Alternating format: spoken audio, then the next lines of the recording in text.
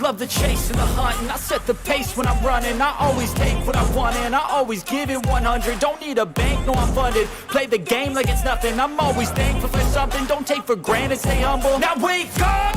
It's time to look at the enemy. Look in the mirror if he is no friend to me. It's not working out, maybe it's the chemistry. It's time to break up so I can make a better me. Better believe in your mind, cause it's everything. You can mold, shape, find almost anything. All it takes is some time and some clarity to find your identity. It's mind over everything. Whatever your name is, get ready for the big surprise. Turn 10 and how we started Forza, and they've turned into a great racing studio. Does an amazing job. And when I feel like this, I'm immortal. When I feel like this, I'm immortal. When I feel like this, I'm immortal.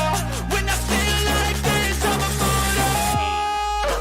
Because in the end, I think the gamers play the game. Of course they do. They don't play the studios. They don't play the rest of the They play the game. We want to make sure the best game. But if you're dominated.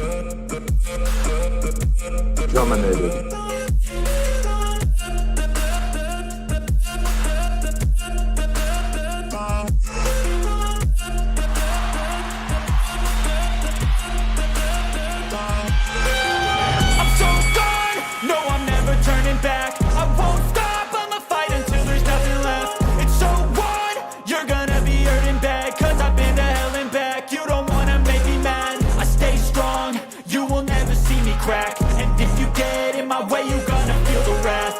Gotta say it to my face while he's looking back. Mirror breaks after math. When I hate, I attack.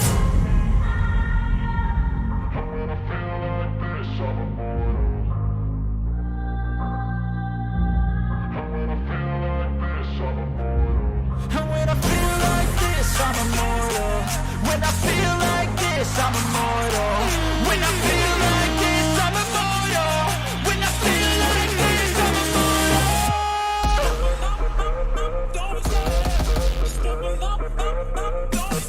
It's raw, Melissa. Yes, chef.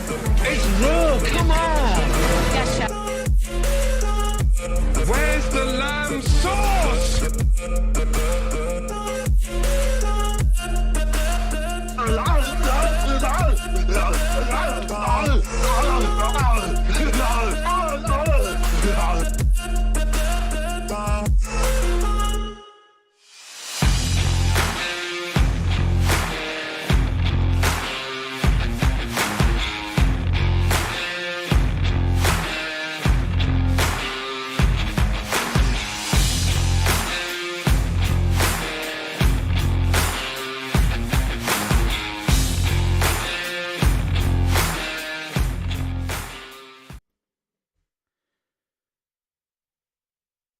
What's up, grinders? How you doing? How you doing out there? Hold on, I don't hear my voice. What is going on? Can you guys hear me? Let me make sure you can hear me. Yeah, it sounds like it. I don't hear myself though. I can hear you. Yo, what's up, frogs? How you doing? What's up? What's up, man? What's up? Yo, you were out summer vacation. I haven't talked to you in a long time. Summer vacation, man. Like a month. Yes, been busy. Yes, it's been about a month. I've been busy. Oh, Woo, me too. I'm back now. Woo, we're back. He's back. Man, I ain't back. Nice. It's busy. All right, let me fix it. Oh, there we go. Now I can hear myself. My Yeah, goodness. all the family has been home for the summer. Yeah. So we're getting ready to go into we're into the school year. So, and I don't have any school-age children, so I'm like, great. I can get back to doing what I want to do. Yeah, dude. Oh my goodness. I know what you mean, man. Summer's been crazy. Like even I've been moving this thing around because it's been like, and then began crazy storms and stuff. Like the weather's been a mess. The heat has been ridiculous. It's been ridiculous. Mess, yeah, ridiculous, man. And, I don't know what the hell I did with my topics. Dude. And they didn't tell you my Spider-Man PlayStation 5 story. No, let's hear a story. We need some story time, everybody. Grinders, hit that like button. Frogs is back. And he's back to tell a story. This better not be involving GameStop and the John Todd employee. It is. so, Spider-Man 2 is probably there's many anticipated games for me, but Spider-Man is obviously I'm really excited about it. And when they announced they were going to do a shell for the PS5, I was like, I'm getting it because I got the LeBron James controller, got the LeBron James shell for my son. I heard you got that. Yeah, right. So I was super excited. Woke up early in the morning. As soon as the pre-orders went live, sold out. Yep. I was like, really? Try to get the ones for the digital console, sold out. The only thing that was sitting there was a console. I was like, I'm not buying a $500, $600 console. I'm not doing it, right? $600, yeah. So I'm sitting there and I kept going all day. So I had to go out and run some errands. Me and my wife are out. She's like, hey, let's go get something to eat in the mall. We haven't been to the mall in probably about 3 months. Uh-huh. And, we go in the mall, and the mall just happens as we're walking past. My wife's looking at some jewelry. You know how women are. Yep. And there's a GameStop right next to the jewelry store. And I'm like, you know what? Let me go in there and see if I can pre-order the shells. So I go inside the GameStop, and I hate going into the mall, number one. Number two, I hate going into the GameStop in the mall. But the guys in there are actually the coolest. The mall GameStop employees are the best ones. For some reason, I just think they're probably better get the most business, right? They usually most traffic. Well, our GameStop, it's located right by a jewelry store in Sears. Well, Sears is no longer a thing, so they don't get a lot of traffic. Okay. Because nobody comes to the Sears entrance because Sears is gone. So I go inside the store, and as soon as I go in there, there's a guy in front of me. He's talking about Spider-Man. That's all. He's like, I need the Spider-Man. The guy's like, the game comes out, blah, blah, blah. He's like, we don't have the shell. He's like, I need the console. He's like, we got 2 consoles left. He's like, how much is it? He's like, $5.99. And the guy's like, how much should we put down? He's like, $50. So he puts $100 down. He's like, yeah, I'll see you September the 1st. He walks away, and I go to the guy, and I said, I just heard you talk to the guy. You don't have any shells. He said, we never pre-ordered the shell. That was only on PlayStation Direct. So I said, great. Yeah. He said, we have 1 console left. The guy pre-ordered, we have 1 more left. He said, if you want to pre-order this console, it's going to be the only one in the store. He said, we have 1 console, and we have 3 controllers. And I looked at my wife, and I was like, I told the guy, I said, look, I already have a PS5. And he said, well, just take your PlayStation 5 and trade it in. Oh, there you go, GameStop deal.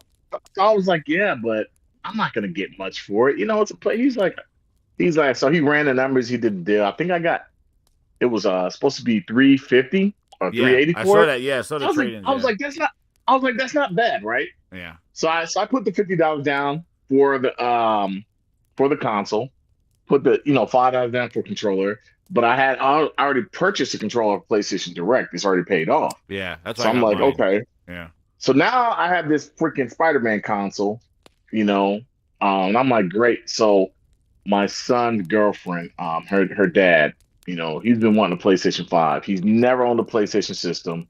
That's all he hears about his son. His son is 10. He's like, that's all they talk about is PlayStation 5, PlayStation 5. He's like, we want a PlayStation 5. So I was like, you know what? maybe I got to sell it to him for 350. So I call him up. I'm like, hey, you want to buy a PS5? He's like, yeah, how much? I'm like 350. I'm like 350 with the extra controller. He's like, really? I'm like, yeah. He's like, oh, where you getting it from? I'm like, it's my old one. I was like, I got a new one, and I'll sell it to you for 350 with not just the extra controller. He got the camouflage controller. So he said, yeah. So he gave me 350 in cash. I gave him the PS5. I erased it, reset it, factory reset it, all that great stuff. So he got a PS5 with the extra controller, and I took the 350 and put it on my Spider-Man console. So I owe $200 on that console. But September 1st, I go get it. So the story is now, what is Frog playing?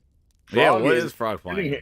So when Frog's wife is not playing on her PS5, or she's watching whatever I play on hers. But Frog in his man cave has his Star Wars PS4 Pro hooked up, and I've been playing on that thing. And let me tell you something. That's where you've been. Holy crap! This thing is horrible. Let me tell you. It's loud too, right? That I'm playing Spider-Man Miles Morales because I right at the end. Yeah, get to see what it looks like on PS4. This thing is a jet engine. I'm like, holy crap, right?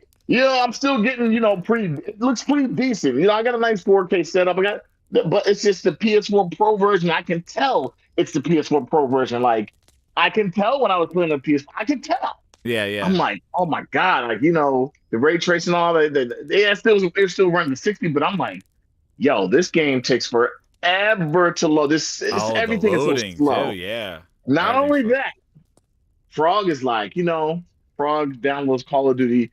Don't know why he did it. I downloaded Modern Warfare 2, and I'm like, let me see how it runs on PS4 Pro. I haven't played it on I've been playing on PS5. Yeah. Oh my God. Number one. I mean, talk about your PS4 turning into your PS4 Pro turn into an AC-130. This thing it sounds like a vacuum in my house, like somebody's vacuuming. It's loud. You gotta put your headphones on. Yeah. That's not even it. That's not even a thing. So I got my PS5 headphones, like the H9s. They work. I didn't know they worked on PS4, but they work. So that's great. But this controller is so damn small. Not only is it small and slight. I'm so used to that PS5 controller. I can tell you, like, Sony did a great job with the PS4 controller, but the PS5 controller is just the standard. It's the standard of controllers right now. Like, going back to PlayStation 4 and not playing PS5 for PS4 for so many years. Yeah. Going back to this PS4, I'm like, Sony did a amazing job with the PS5 controller. Like, we really don't know until you really sit there and you've been playing. I've been playing on it's been 3 years. We've been playing on this PS5 for so long, and then I'm like, I don't have one. I have access to one, but I don't have one to actually play on because my wife is using hers. So I'm playing on my PS4 Pro, and I had a decision. I could have pulled out the Star Wars PS4 Pro, the God of War PS4 Pro, the Death Stranding PS4 Star Wars Pro. I think was the first one where it wasn't as loud. Right. I got the 500 millionth edition of PS4 Pro. I got like 5 PS4 Pros. Jeez. There are collector's editions, right? Yeah. I never got rid of them because they're collector's editions. But I'm sitting here and I'm like, man, this thing is it's a jet engine. And I'm sitting here and I'm like, let me play Call of Duty. And I jump into Call of Duty, and first thing I notice is it takes forever to just load textures. You jump in a game, man, you're running around, the freaking ground's mud, the wall is mud. You can immediately tell that you're playing on something that's inferior to what you've been playing on. Man. So in my mind, I'm thinking, and it got me thinking this, Jazz, because I'm experiencing this PS4. Now keep in mind, PS4 Pro. So it's not a day one PS4. It's a PS4 Pro. I'm experiencing this. I'm playing Call of Duty, and my mindset for downloading Call of Duty was like, hey, Frog, Activision deals, it seems like it may go through. Yeah. With, Microsoft may own them, but they said they were going to put this thing on the Switch, or maybe the next generation Switch. So I'm expecting, and this is just me, and from what I gather, I don't think the Switch 2 or whatever it's going to be called is going to be maybe up to the power level of a PS4 Pro. I don't think it is. Yeah. Ant Method said he tried Resident Evil 4 on the PS4, and it's all mud. Oh my God. Let me tell you something. I can imagine if I'm playing on the PS4 Pro And maybe the advantage the next generation Switch will have is this the storage will be faster, SSD, all that kind of stuff. Yeah. Like the flash storage. Maybe that's the advantage. But let me tell you something. This Call of Duty, it didn't run like crap. It ran great. Don't get me wrong. This thing still runs. It's a tank. Sure, But yeah. holy crap, man! These Wow. textures. You're running around. You're like Spider. And I can tell you something. And here's the other thing. A lot of people. And this is why I say. I've been saying this for so many years. We've been saying this for so many years. When you have developers who are great and they're crafted, they're skilled, you can tell the quality. Because when I put Spider-Man Miles Morales on my PS4 Pro, the textures are there. Yeah. Everything You should try loads. Horizon.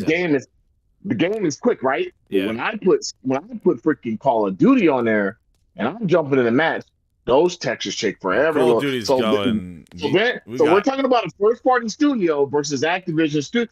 You can tell the quality that Insomniac crafted when they're putting this game. I'm like, how did they get this thing to run on a PS4 like a pro? This thing, it still looks good. But I'm like, damn, like my freaking Call of Duty is chugging along. And then they just announced Modern Warfare 3 is coming on PS4. Yeah, I got Why? that on the topics. Yeah. Well, we can Why? go. That was actually the topic. Yeah. So we'll go. First off, there were two things I wanted to touch on here. Well, let me just read out the things here, and we'll go right into the Call of Duty. Yeah. On there. But Oh, we shout out gotta to get Neil, Anonymous Boss, Robert Lawrence, and Method. Shout out to you, RPG, Fabrizzle. What's up, man? For Grinds Time, Wood, Rolo, how you doing? Mary Wilcox, Bill, True Virgil's there. There he is. How you doing, man? He loves split screen. Whatever your name He is, hits the dislike Oh, button. get ready for the big surprise. Yo, True Virgil's hanging low still, man. He's still around. Well, if you love split screen, he better not play Forza. Oh no, Yo. what's up, man? How you doing, Hey, we Link? already starting it. We got the already old started, crew, baby. This is the Grindhouse crew.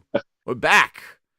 Yo, Let's get Gio it started. knows what's up. Brian East, Leach, Phoenix King, Mary Wilcox. Welcome, new subscriber. Who's that? Who just came on? We got who's that? Oh, I'm sorry, I just saw that. What did it say? I just saw somebody's name pop up and then it went away. I saw the links. You got that. Yo, welcome to the new subscribers there. Shout out to you. You hit subscribe, man. We're like a few away from 2,400, and we got 100 away, man, for 2,500 grinders. Oh, my goodness. We're just 100 away from that, and we're like 3 away from just the 2,400. It's crazy. Yo, Brian East, what's up? Richard Farmer, how you doing? Let's shout out to the VIPs. And then we'll get into these topics. You get Link and Frog, and we'll get the fires going. Here, let me get into these. Let me just get to the crowd here, and let's shout out to the VIP grinders. Here they are. The list is growing. We just now hit the next level of VIP grinders, everybody. We now need another 20 VIPs, 24 VIPs to get to the next emoji. And RPG 88 just started us off with a 1 VIP membership. And that goes to Zero Steel. Yes. So we are going to the next level. Next level. Another emoji coming your way. We need 24 more subscribers. And we're getting there. The tubes told me 24 more members, and we'll get there, VIPs. But also subscribers, we're counting them down. Let's go, grinders. A shout out to all the VIPs. True Virgil hanging low, dipping down slow. There he is. True Virgil hanging in there. Another VIP member. Thank you for the support, True Virgil. I appreciate it. Let's go, grinders.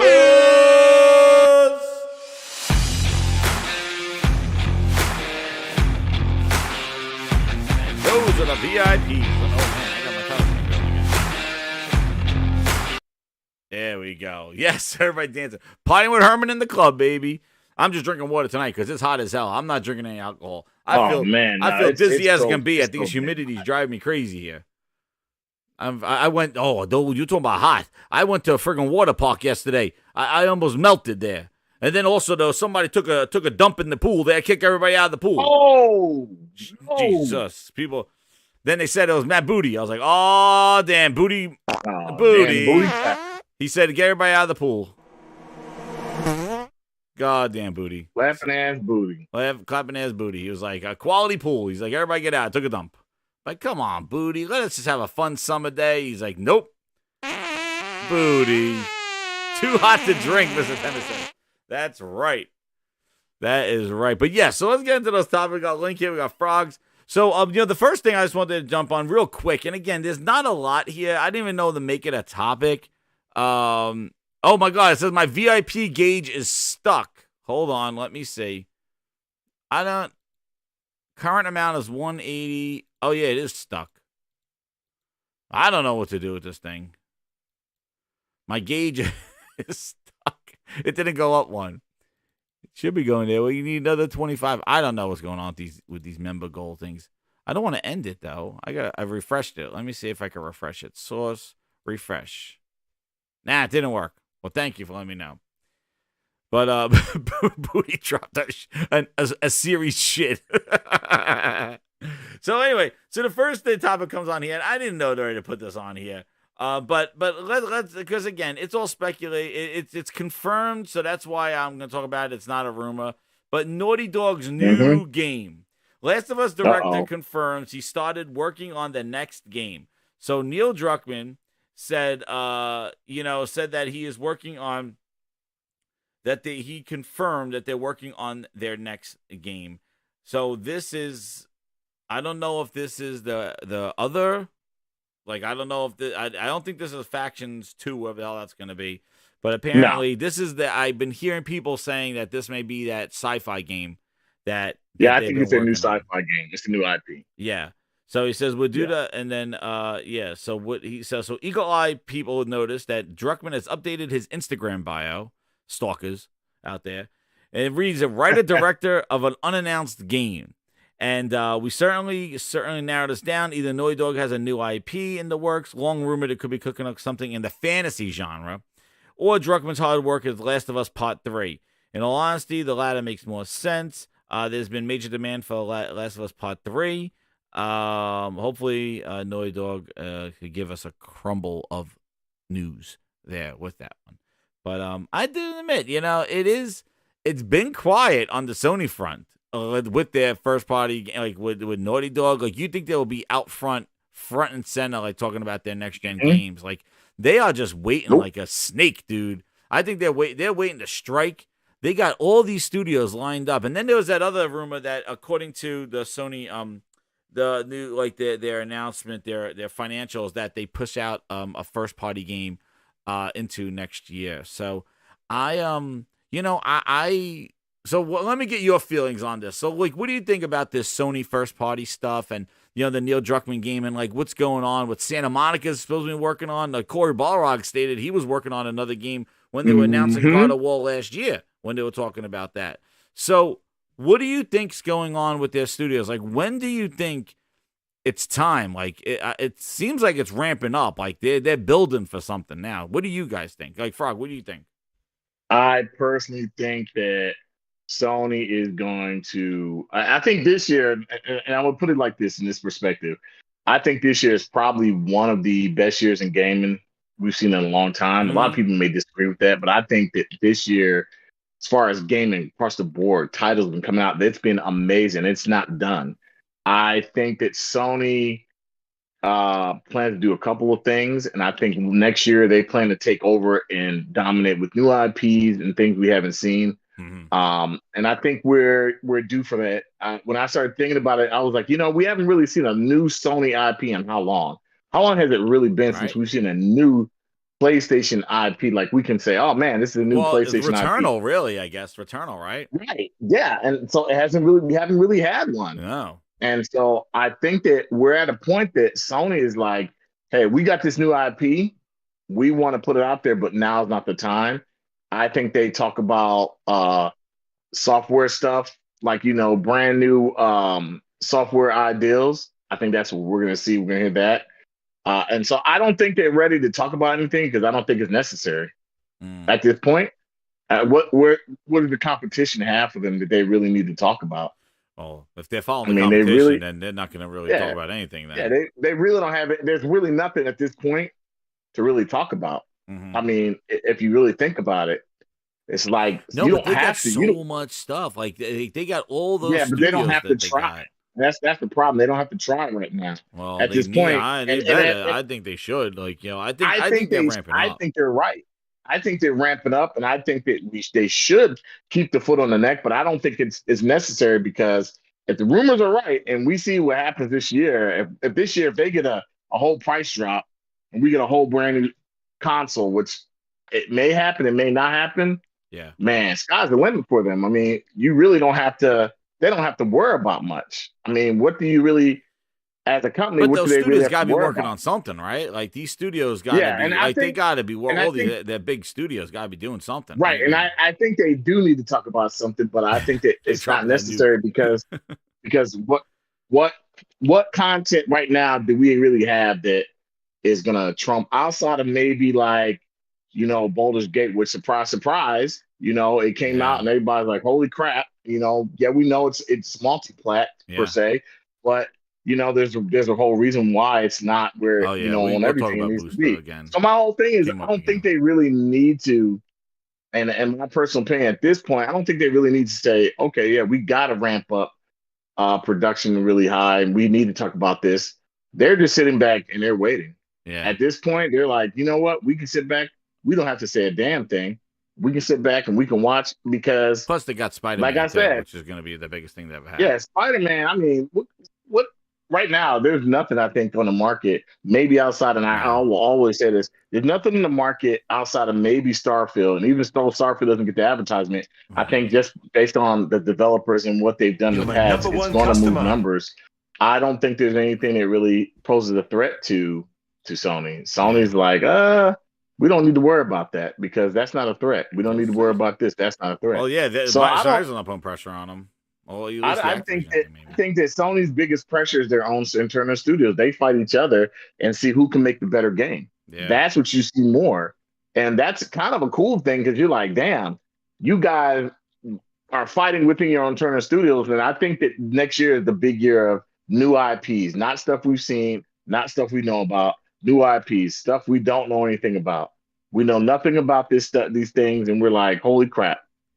Where did this come from? I think that's Frog. That's what we get next year. Gotcha. Mm-hmm. So let me get Claymore's at the 5. He goes, the leaked Sony documents made it seem like they got amazing stuff cooking, and I wouldn't be surprised. Thank you, Claymore's, for the super chat. Link, what do you think about this Last of Us and what Sony, when they're ready to pounce? Do you think they're ready to pounce soon, or what's going on with all their first party?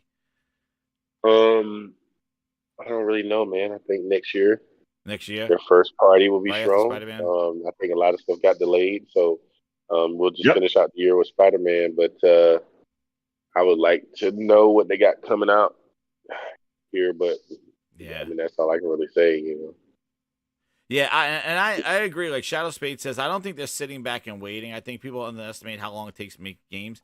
But the thing is that I think Sony has been, I think, a little more reserved, to say, not complacent, but more reserved in what they're sharing from their studios. And if you remember, back in the PS4 time, they got kind of caught up when they announced a whole bunch of stuff and things weren't coming out when they're supposed to come out. And then they said that they rather talk about games when they're closer to release.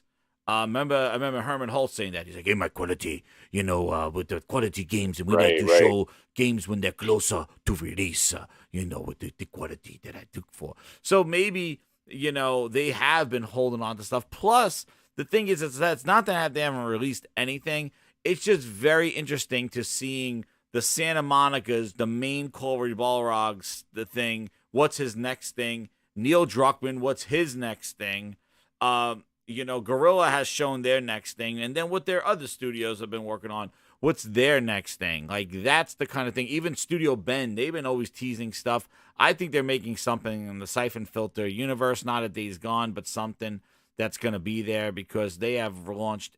I've been using their old school kind of like dropping that PS1 stuff, and the whole Siphon Filter series is in there. And I'm like, there's a reason why. Like, look, Twisted Metal showed up in classics. Why? Because of the show. So there seems to be some reasoning to some of those classics that they've been putting in there. They put Killzone in there, Killzone Liberation, but also they put all the Siphon Filters in there. So I don't know, like, maybe they're doing something. A lot of Ape Escape too. Maybe Studio Japan, not Studio Japan, but like the people that made Asobo. I mean the people that made Astrobot. I'm surprised where they've been. They're not there showing up with some sort of VR game. Yeah, but you haven't heard anything from them. yeah, for like a there's a while. lot of quiet what's going on. It's not to say that it's holding up. True Virgil, yeah, you're right. We could take True Virgil on the board. He said he's not in the VIP anymore. He probably blocked now. He doesn't want to be gifted anymore. But True Virgil, you know what? You still need some quality nuts in your face, though, because you're still talking out the ass. So maybe we'll keep you over there just a little bit. Maybe one more week we'll keep you. See, just be careful. You and Aaron, you're gonna be in the Matrix, Neo in the Matrix, dodging those VIP memberships. You better be dodging them. Team Asobi, that's what it is. Not Asobo, that's who it is. So yeah, we're like, I do think that we're due, and I do think also too that this is my speculation here. I'm wondering if you're a fixture. Amanda says he's a fixture there. I think so. We could put him on their own page, the Kappa's page with Phil Spencer and stuff. I've been working on it, but I don't know. I see now you're gonna take me off my thing, but like, I was working on something here, like sort of like, the dudes that come into my chat and like to troll and just kind of like, say things that call me bootlegs and all that other stuff. I thought about having their own page. This was something that I was just working on. I don't think so. Because I think the VIPs deserve their own page and not the trolls. But True Virgil, when you're VIP, you hang out there. But this will be you guys hanging out on this page right here. We got that. Look who it is, everybody. Look who it is. Phil Spencer! Phil Spencer! Phil Spencer, baby, let's go! Yes! Yes! Yes!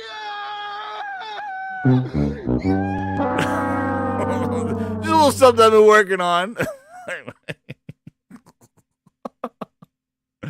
But anyway, we'll put that way.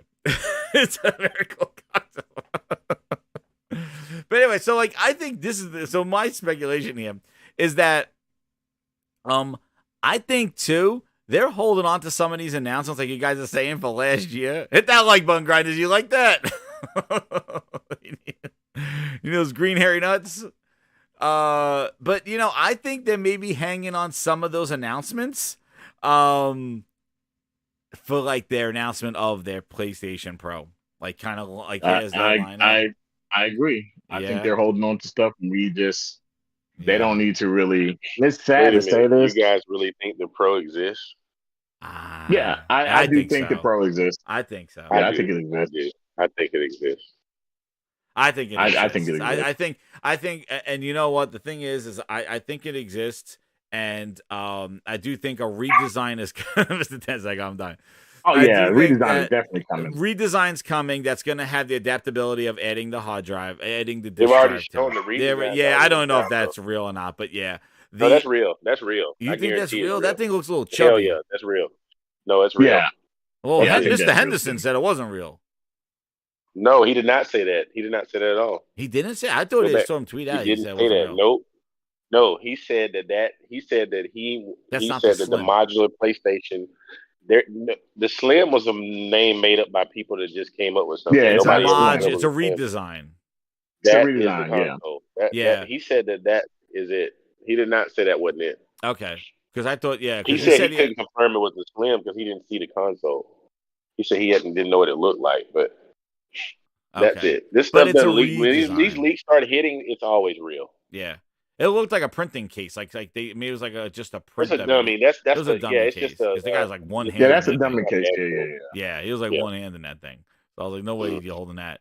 Yeah, he never reported on Slim, just like the redesign with the modular disc drive. And then I think the Pro comes out next year.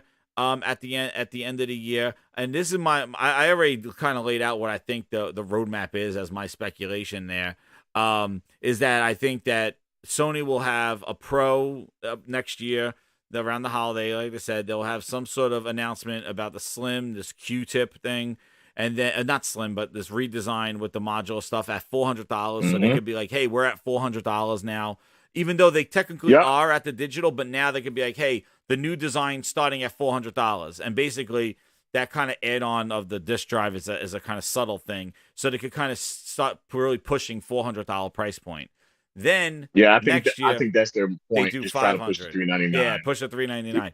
Then what I think Microsoft's going to do is I think they're going to do an X without a disc to kind of as a possible upgrade for those S owners. But I really think Microsoft's going to do a 1X with an X2 2 years from now. Nah, they won't. I think they're going to, because they're going to suck, and they're going to sucker all those S people to realize that they're going to get dropped with features and stuff, and they're going to force them to upgrade. They're not going to drop the S either. So that's they're not going to drop the S. I would say they're not going to drop the S, but I agree with you, Jazz. I do think they have to answer back to Sony. They're going. I think they have won't. No choice. They don't care about this power stuff. But they will. But no, you're right. They don't care about the power stuff. But what they care about is more power in the cloud. So I wouldn't be surprised is that an X2 comes out. They start powering the cloud with the X2s, and then you pay more money for an X2 streaming 4K, or you stream. Man, it ain't happening. Telling you, because that's all the reason we're why not getting more powerful hardware to the next generation from Microsoft. They're not going to have a generation. They will just do a series console, a Series X2. That will be their generation. That will be. They won't call it a generation. It won't be a generation. Sony will define. No, there'll be a generation. Series S2. It won't be no Series X2. They will. There'll be a Series S2. They're already giving a Series S2. That comes out next week with $350. They're going up in price. Sony's going down. But my thing is that what Microsoft's gonna do is they're gonna do the same thing. And I was talking to J-Dub about this last week. They're gonna do the same thing they did last gen. They're gonna wait for the Pro to come out and then do another more powerful console, hype the hell out of that. And what they're gonna do is, because the S is gonna be so left behind, those people are they're gonna be practically forced, like the sad edition. No, they won't. No, they won't. Not everybody. They'll lose them. The S is going to be supported this entire generation. They won't be forced to do anything. It will, but they will drop the parity with the X2. So they won't. They're not going to drop the parity. They're not going to drop it. With the X2, they will. Not with the X. Let me ask you this. You see how they won't drop it? The majority of their fan base is on that Series S. They're not dropping parity. They're not doing that. I know, and there's a reason why. Because they want to upgrade them 2 years from now. So Jazz and damn, I'm losing Link. right here. So Link. So do you think that they will risk maybe not getting some software coming to their console period because of the parity clause, and say, they screw don't it, we buy just won't. software anyway? So what difference does it make? So it don't matter if they lose out on some games. That's what you're basically saying. No, they're they okay don't to care. lose out on. They Some. already care. Okay. I mean, they're losing out now. Yeah, they're losing out now. That's why I wonder, like, but it's not enough games to really. It's got to be a large number of games to start skipping the platform, and right now, they're okay with it. It seems to be okay. I don't know. Yeah, I think that they got another one in them. Like I think they don't. You're right. They don't care about the console sales and stuff. But I think for the sake of their cloud, they're gonna do more hardware and use it as an upgrade tier for like charging more money for their subscriptions. They need a reason to charge more money. They already increased the price. Oh, Game Pass is definitely going to increase in price. No, but you see how Sony's streaming 4K? They do it similar to GeForce Now. Like if you want your 4K streaming, you pay $20 a month. If you want 1080p max streaming, it's $15 a month. So I see Microsoft getting a next level of console, that a Series X2 that will open up the ability for them to charge 4K streaming $25 a month, some crap like that.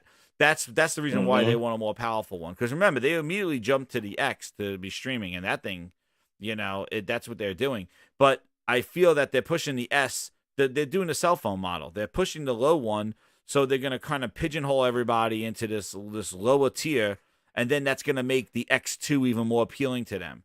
Because right now, if they all bought X's, the Pretty X2... sad. Yeah, exactly. No, it's a free I hate to say this, you are wrong. Oh man, I don't know. Grinds They're selling people on the value of this cheaper console.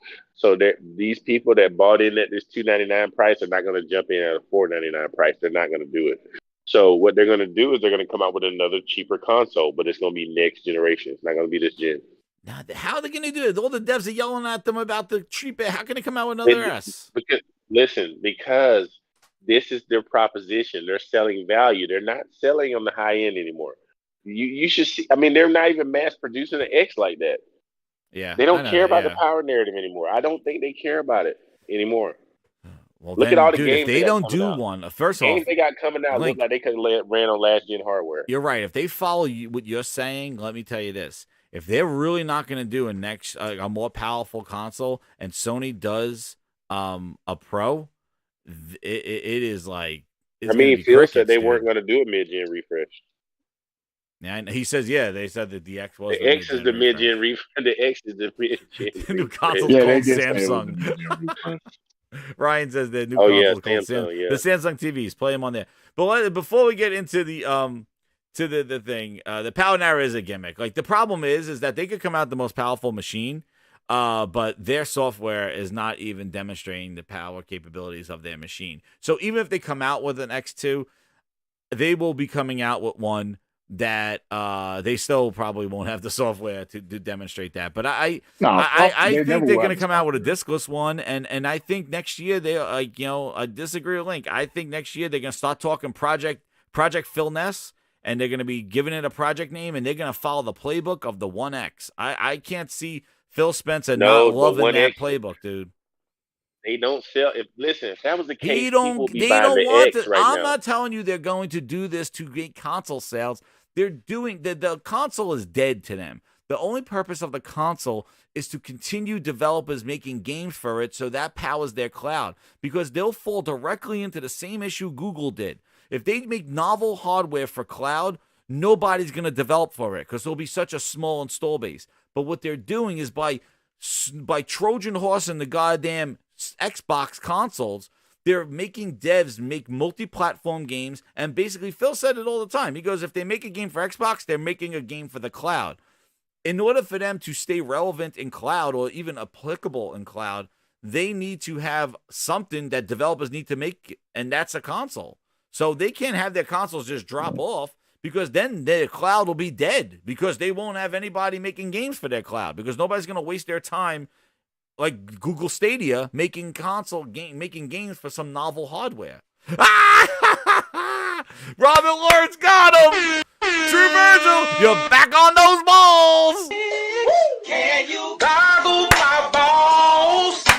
Goggle my balls in your jaw. This is the remix. He sniped them. This is the remix. Can you goggle my balls? He's back, ladies and gentlemen.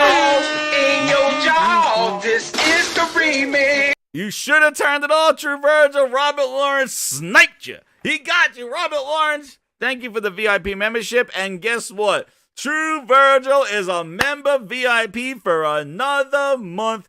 Back on those balls.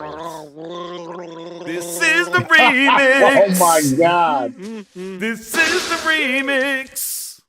He's back, everybody. Another month. You just made the list. He got him. Oh, there it is. Got him. Sniped. Sniper Elite Damn, 5. the Guardian. They got him. Take a look at this. Brutus, this is incredible. What a package. They got him. Get back on those nuts. Terminated. Well, anyway, we will see what happens with these next consoles. You know what? Phil Ness is always in the building, so you never know what's going to happen there. And he loves himself, and he loves himself being on stage, and he loves fans signing asses, kissing babies, hugging grandmas, loving all that stuff. So, speaking of Activisions and just kissing ass, man, oh man, frogs, what are we doing here with Call of Duty? What are we doing? Modern Warfare 3 is a DLC. It's $70. What are we doing here? I don't think they know what they're doing. $70. Is this DLC? Is it a couple of maps? I don't think they know what they're doing. Robert came in with those video game skills, dude. I think that we're at a point where Activision's like, look, this deal is probably going to go through, whatever, and we can just make as much money as we can. Because if I'm not mistaken, a Call of Duty wasn't supposed to be released this year. According to last year, I'm not year, mistaken. Dude. According to last year, there's supposed to be some extra maps. No, it wasn't. There's supposed to be like extra this was maps. Supposed to be a now all of a DLC sudden, Modern Warfare.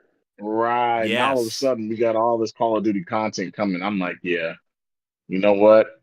The market, they just said, well, we got to keep producing them no matter what. We got to keep giving them, what they But want. what is it? No They matter haven't what. even said what it is. We- It's we maps? don't know. Is it a campaign? I think it's a whole We new haven't game. had Modern Warfare 3. That was the best one.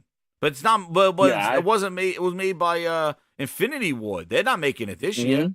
We got No, they're Bootleg not Sledgehammer making this. They make the worst ones, Right. right? They're not Treyarch. I think. Treyarch did last year. I think. Who did Nah, I last think year? that. No, Infinity Ward did last year. I get confused. I get so Infinity Ward does confused. the Modern Warfares. So is Infinity Ward Yeah. doing this again, or is this Sledgehammer Games I being think tagged it's in? Infinity Ward, or I think it's Grimes, we Infinity need Ward. answers. And maybe Who's making this Sledgehammer. one? I'm not really for sure. I gotta I'm so find out. confused. I think it's Sledgehammer. I think they tagged them in. They're Bootleg Sledgehammer. That's what I think. And so they're like, "Hey, we need you guys to make this." 'Cause they Because come in. Sledgehammer wants to do Advanced Warfare 2. They been said they wanted to do it, but they said that They worked on Activision. the other one. They worked on said the other that one, too. Activision- Yeah, they did World War II. They did. No, they did Modern Warfare 3 too. That one that we just had in 2011. They were on there. Sledgehammer. Modern Warfare 3 in 2011. Modern Warfare Sledgehammer. 3? Yeah, we already had a Modern Warfare 3. They're redoing it again. No, we didn't. Did yes, we? we did. Yeah, in We had a Modern 2011. Warfare 2. We had a Modern Warfare, and then we had a Modern Warfare 2. I don't remember them remaking a Modern Warfare 3. No, that's what they're supposedly doing this year. They're remaking 3. But it's Yeah, but you not- said we had a Modern Warfare 3. When did we have a Modern Warfare 3? we had the real one in 2011. It's right here. Hold on, now I gotta think. And now 2013, they're rebooting it. Yeah, they had a Oh, Modern let's- Warfare 3 in 2011. Yeah, so that was the best Modern one. Warfare Yeah. 3? Yeah, we did it Hold on, already. let me check this out because I'm so confused. This is the remix. We're doing a remaster again of a game from 2011. 2011's COD. Because I buy them Like all. Frog, I got right up here just- in the Wikipedia. It says here this article in 2011. It came out on the 360, PlayStation 3, Wii, and OS X. Oh, wait. Oh, okay. Yes. Okay. But now I see what you're talking And about. now You're talking they're about remaking it. You're talking about, yeah, but they remade Modern Warfare 2 and Modern Warfare 1 also. Yes, so now they're supposedly Yes. this year they're remaking Yeah, 3 so- again. So they're remaking. They had already said they were going to remake the whole Modern Warfare franchise. I mean, that franchise over. They already said they were remaking that. Yeah. Okay, you talking about the 360 era? For some Yeah. reason, I was stuck in this era. And PS4 and this era. Yeah. We had a Modern No, Warfare 2 1, was 2, and lit. 3. 2 was crazy. 3 That so when we're talking 3 about was Call near of the Duty, end. when we're talking about Call of Duties, Modern Warfare from that time frame, Modern Warfare 3 sold the best. It was the best selling Call of Duty up until that point. Modern Warfare 2 was well received, but Modern Warfare 3 has sold the best up until recently.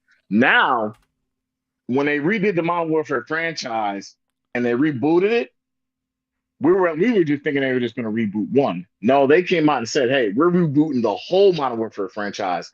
So what they essentially did was rebooted Modern Warfare 1, 2, and 3. So we got basically, in a sense, Modern Warfare all over again. Yep.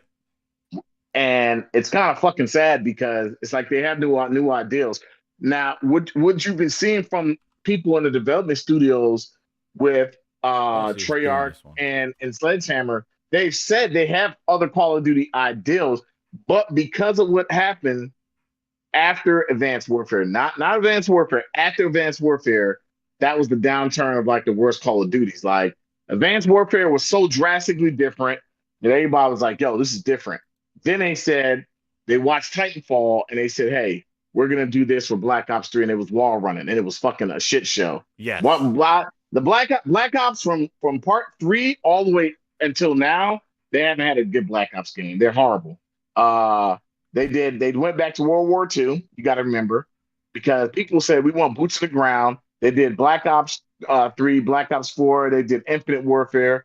All those games were really not that great. Oh no. Then they did World War II. Frog, they did freaking this. Cold War. You see what I'm saying? So like, yo, Frog, tell me if you like this, because we play Call of Duty. Yeah, then you play Yeah, I much play a lot. long. Yeah. Breaking: Modern Warfare 3 multiplayer will reportedly have 150 hit points plus 50 health. Per this guy El fuck, Babil. that game- Wait. He also claims the game will have tactical sprint that regenerates during normal sprint. We're doing this again. There we go. There we go. We're doing this bullshit again. We're gonna do this superhuman bullshit again. I don't know what they got to do something because it's the sake of changing stuff up. Because if they kept it the same, if people will be like, well, it's just a reskin and stuff like that. Now they're gonna do these things. They're gonna make like superhuman soldiers. I mean, now. it is a reskin in a sense. It really is a reskin, but they got to change it from Modern Warfare 2. Because I mean, the fact that it's Modern Warfare 3, it's essentially the same game with different characters. Like, yeah, I mean, if you can call it Modern Warfare, but it's still Modern Warfare. You didn't change the name. It's like they're not really trying anything new. Because I honestly believe, in my heart of hearts, they don't have any new ideals. No. I believe what they have is what they have. I don't think they have any new ideals. I think what they have is like, oh, okay, well, this is what we got, and this is what we're gonna go with. And in their mind, they're like, well, people don't like it. They don't like it.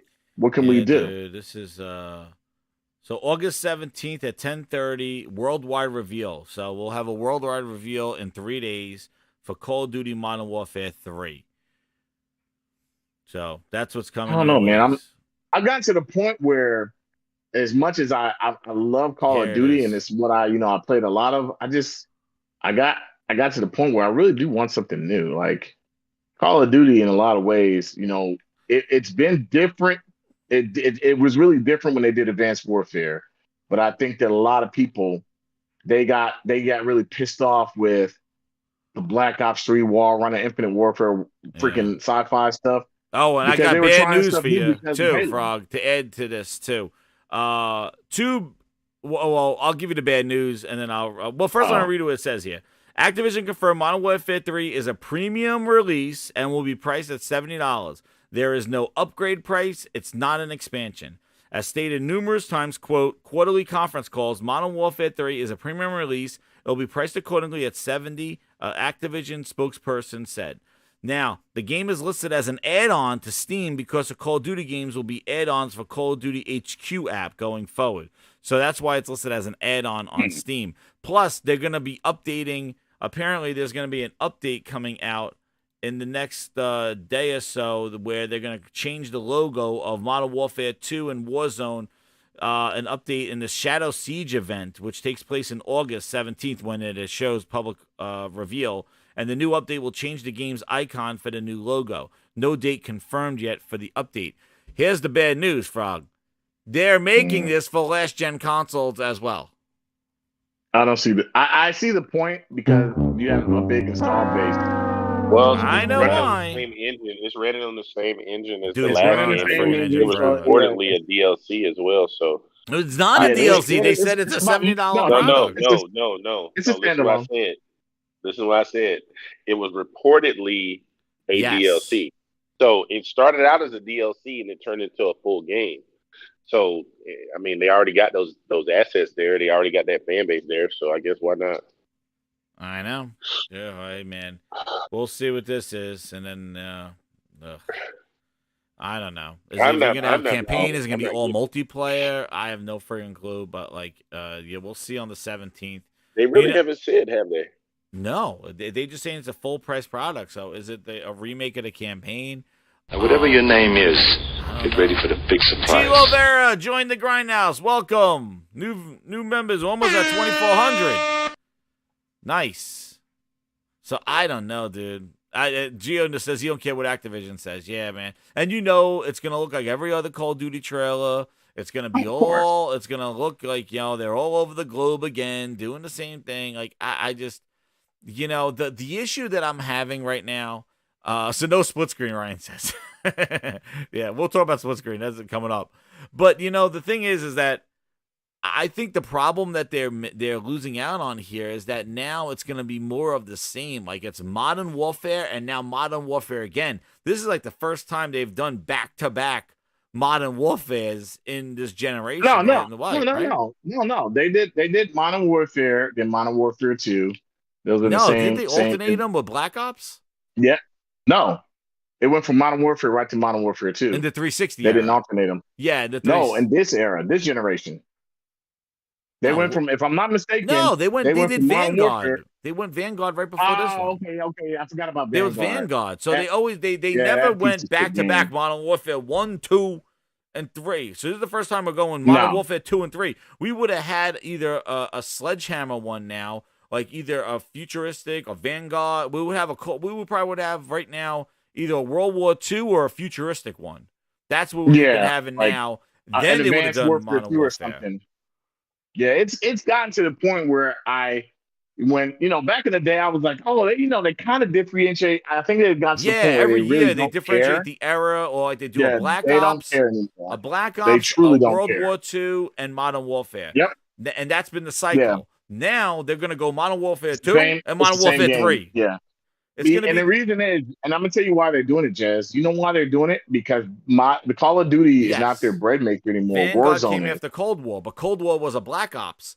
That's what I mean. They do Treyarch does Black Ops. Vanguard was Sledgehammer, and then Sledgehammer. Infinity And Ward then is it the was Modern Warfares. And Modern they always had Warfare. all three of them. So And then Modern Warfare 2 came after that, and now we this get is Modern the first, Warfare that's 3. why So- people are like this is DLC, because who the hell they're putting Modern Warfare 3 right after 2. So we'll see. But they don't have to care because Warzone is their bread and butter. That's you're where they right. make their money Because now. remember, they You have have issues more- with that. Yeah. You have more people who play Fortnite and Apex that play more people are playing Warzone than they actually do the Call of Duty game. Yeah. Call of Duty is an afterthought. As soon as they opened up that battle royale and it was successful, we can't ever expect to go back to Call of Duty We of will any see form. on And the then 17th. yeah. But yeah, I am not very excited about this. Next topic, we got Final No, I'm not Fantasy excited at all. 7 remake for Xbox. So they came out and they reported that was an error. Yeah. Oh no! We suck again! Yeah, it was a Father's Day that it was a mistake. It was a mistake, yeah. You're done. I mean, it happened great. It's over. Microsoft confirms Final Fantasy VII Remake post was a mistake from Brazil. Sorry for those in Brazil. Not a tease. It's not available on Xbox. I think it's really interesting how, like, Microsoft just makes a lot of mistakes. Their Xbox Brazil, like, they're making mistakes. Like, what? I don't understand that. You're Xbox Brazil. How are you making a mistake like Final Fantasy's coming, but you can't say anything again? So Xbox has confirmed that a Father's Day post from Brazilian social media account included Final Fantasy VII Remake was posted in error. This is a Father's Day post. That was from June. We're clearing it up now? Yeah. It was clearly a freaking mistake, and people just noticed it now. Microsoft's Xbox Brazil account on X, formerly Twitter, yesterday posted a Father's Day message featuring celebrated dads in various Xbox titles. Barrett from Final Fantasy VII Remake was there. People thought it was a tease. And the post was then deleted, causing fans to speculate that perhaps the game may have been included as a tease to appear on Xbox consoles. Oh no! We suck Well, again! the image was posted in error and removed as it included a title not available on Xbox. I bet you Sony sniped that thing down. I mean, I think it maybe at some point, maybe it does come, maybe. No, it's not what's the coming. what's the- Microsoft already Well- said the game. Yeah, but what's the point of putting it on there? Yeah, that's what I said. That's what I said. If it does, then okay. It's never but coming. I don't. What's the point of putting it there? It's never coming to Xbox. And if it does come to I heard- Xbox, all they're going to care about if it's in Game Pass. That's all they're going to I heard not somebody gonna have lie. the stupidest. I heard somebody say they have the stupidest take. That's why I can't listen to these morons anymore. Don't They even. said that because they were talking about the last Final Fantasy game and what it sold and X amount of time. They was like, oh, if they had put on Xbox and PC combined, it would have it's outsold one of those PlayStation. I was guys. like, one of those. Right. We already know who it is, but we're not gonna say his name. He's really. Bill Spencer! Uh, Bill Spencer, baby, let's go! Yes! You mean like one of these here that like love games everywhere? he's really radical, and I at this point, I think he just says anything for views or clicks, and it's moronic. I don't see the point of saying some bullshit. Like they wouldn't. We know it wouldn't. We can sell. You can tell by data. Like you're not gonna put a game on Xbox like Final Fantasy, and it's gonna sell more on PlayStation. So when people say stuff like this, when they make statements like, you know, 343 make the definitive best Halo games, you're a fucking moron. You're Listen, absolutely a fucking moron. Okay, Final Fantasy 15, the sales split was 90% PlayStation, 10% Xbox, and this was before Game Pass. Exactly. Okay, it's not coming. Exactly. So why would you think that game would sell out? Wait, Why would you think that game would sell better if it was on PC and Xbox and also PlayStation? Like we know what the market is. They know what the market is. That's why they remember when they dropped all those Final Fantasy games in Game Pass. Remember that? Yeah. Oh yeah, they took them away. Mm-hmm. Yeah. They didn't play them. They didn't play them. Yeah. They came, and they whatever went. your name is, get ready for the big surprise. RC join the Grindhouse. Welcome. I think at this point, in my honest opinion, I do think at this point in my life, that people, and I hate to say this, but I've come to think that, you know, obviously we know the internet and social media is not a real place, but I honestly think that most of the people I've seen it on the X now, they call it the X app. I do think that most of the people are either they have some really serious mental problems, or they really they're like the delusion of grandeur they have. You can't mistake it, or they really are. It's a smooth to absolutely no end. They're the people that you can walk outside and you can see the sky is blue, and they will tell you that sky is purple each and every day. In their eyes, they're colorblind. They, for some reason, can't see that blue sky, and I just don't understand. That's why most of the people I mute. There's people who I don't really have any personal beef with, but I just get tired of hearing their points of view because they're stupid as fuck. So I mute them. I mute if I name some people I mute, I mute them because what they say is nonsensical. I don't even want to hear it. And anytime I see somebody saying something nonsensical, I either mute or block them. And these are people, and most of the time, it's not because I want them to have a mind like me. I just don't want to hear your bullshit. Like you can clearly see that this is bullshit, but you're just doing it for clicks, and I don't have time for it. So I'm like, once you're in my mentions, and they bring me into the mentions, you start having a conversation with me. I don't even get a conversation. Hey, Frog, you know what else? There's no time for. There's no time for split screen on Xbox. What's going on here? It's Xbox kryptonite. Split screen is Xbox kryptonite. So, Frog, I will say something about this. Yeah. So we've been hearing about the split screen stuff that, you know, Baldur's Gate dev, Halo Infinite, now Forza. Split screen is hard to implement. What's going on with split screen and this parity stuff? Like, what are you like? What's going on here? We were talking a little bit earlier about the console generations and what we think. There's only one thing to say, Jazz. Bootleg Series S. There it is, Series booster. S. That's it. Oh, Series man. S. Nobody That's wants one of the things. And then the other thing is, I do think split screen is a dying thing going forward. I think you're going to see less and less of that, but that's not to negate the fact that the parity thing is killing Microsoft's Xbox. Anybody can sit there and say that, no, the parity is good. Any clown that really believes that Series S, and I put it to you that if you really believe that Series S, that PS5, and that Series X are on the same level, you're a fucking ass clown, and you deserve to be smacked in your face every day.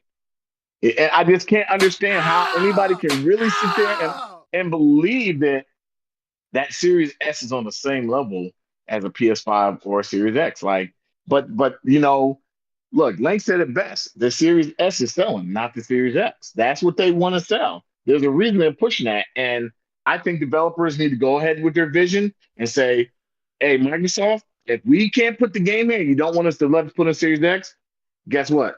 PlayStation 5 and PC will be the only two to get it. At this point, we cannot waste development time. And as a dev, I wouldn't waste money trying to port a game to a Series S. I wouldn't, if I'm Larry, I wouldn't even try to put Baldur's Gate on Xbox. Not because of fanboy shit. It's because I'm telling you, look, we can't really do it. It's very complicated. It's taking a lot of resources where we could just put this game and have parity on a Series X. But you guys are like, nope, got to be on the S. Got to be on the S. Look, we're not developing Call of Duty here. We're developing some really freaking, intriguing and fundamental stuff here. Like we can't So, and then they even said, now here's because I read something they said.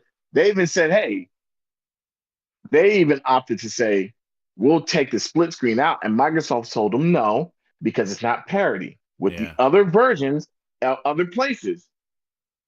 So that was the other thing. Hey, we just want to have split screen. Microsoft said no, it has to have parity. It has to be parity. The thing is like, don't you think it's once again it's Xbox and Microsoft's fault. It is with their policies. Like, but my crazy thing is how do you release 2 different powered consoles and then have a parity clause in there that's saying that both of them need to have the same features? Like, the only differential should be resolution.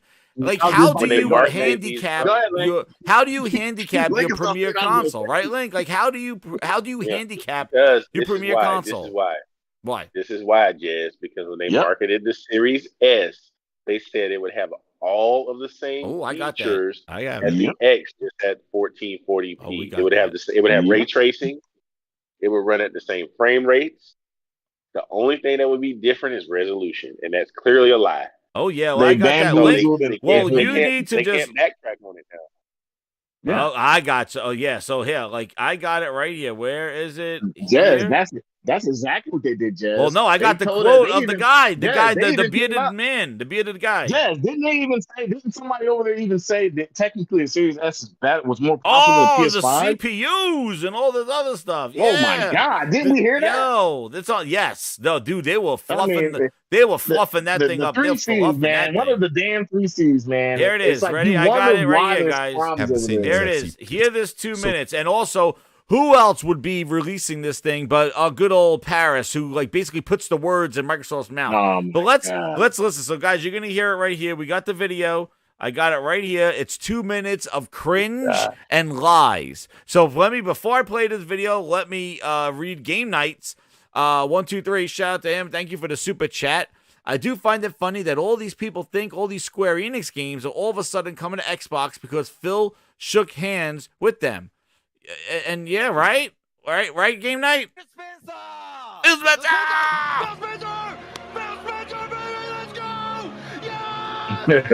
Dude, this guy thinks that they were grabbing ass backstage.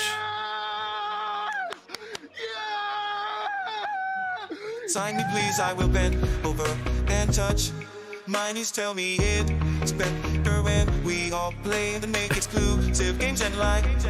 I don't know, man. Dude, that's not excitement for Final Fantasy. That's excitement for this man who hugs babies and signs your ass. But anyway, now, all the dudes, we got Aaron here fighting for his life. Aaron's fighting against gravity here. We got Aaron fighting. We got True Virgil hanging low, getting those quality nuts in his face. Guys, let me tell you something. You come here, you listen, you go, oh, we don't like this, trashing on Xbox. Dude, listen. These are the words coming out of their mouths. So if you love Xbox and the brand so much, then these words should have live in your DNA as an Xbox fan, because these were the interviews and knowledge that was being told to you, the marketing. So when this stuff comes up, this is why we talk about it, because this is the stuff that we had to listen to when the things were coming out, and we were saying, don't believe it, they lied to us already. But all you guys were like, oh, no, they changed. Phil Spencer's kiss my baby, hug my grandma, he grabbing ass, signing asses. Listen, this is the words coming out of their mouth. Josh has 5 months of a grinder. He goes, if Xbox idiots don't buy games, they'll be begging for ports again. Okay. Yep. A few moments later. Get those ports, all they want. And then the first question after that. You just made the list. Is it coming to Game Pass? Is it coming to Game Pass? That's all they care about. I don't want to buy the game, but I'll ask for it. But ready, guys. It needs to skip the console it needs to skip the console completely. Yeah, exactly. So skip it completely. So here's the video. At this point, why waste money? All right, Frog, I'm going to play the video. You guys can listen to it. I'm not going to say anything. Just listen to this and tell me about Series S split screen and the lies of this Xbox X and S marketing. Here it is. Just listen to this. So the S and the X, for all intents and purposes, have the same exact CPU in it, correct? Yes, it's the exact same architecture, and they're basically the exact same performance. Right, and this is based on its AMD RDNA 2, if I'm remembering correctly. But I bring up that point because there's obviously been some concern out there about the S potentially holding back games on Xbox. But the way I've tried to simplify it, maybe you can confirm this for me.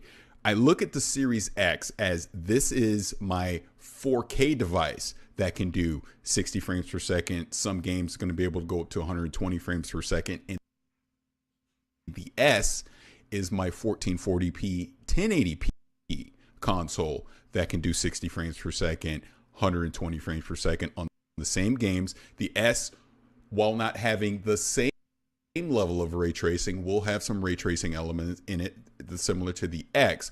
But for all intents and purposes, it really comes down to what resolution do I want to play my games at? If I want to play at 4K, I get the X. If I want to play at 1440p or 1080p, I get the S. That's exactly right. And that's exactly how we designed the consoles. So you're spot on. You know, our performance target for the Series X was 4K at 60 frames a second with support for up to 120 frames a second. And our design target for the Xbox Series S was 1440p at 60 frames a second with support for up to 120 frames a second. But the reality is all the internal components that are really critically important for developers are the exact same between the two consoles. So the CPU performance is nearly identical. The Xbox Velocity architecture is the exact same between the Series S and the Series X. Even our dedicated audio hardware block is the exact same between Series S and Series X. And then all those next-gen capabilities that we've talked about, things like DirectX ray tracing, mesh shaders, variable rate shading, HDMI 2.1, all of those are the exact same between the two consoles, because as a developer, you want to know that you have those exact same capabilities on both consoles. And then developers already have really good tools and really good capabilities to scale up. So how do you like them apples? That is the bearded man, the architect, and Paris. How them apples?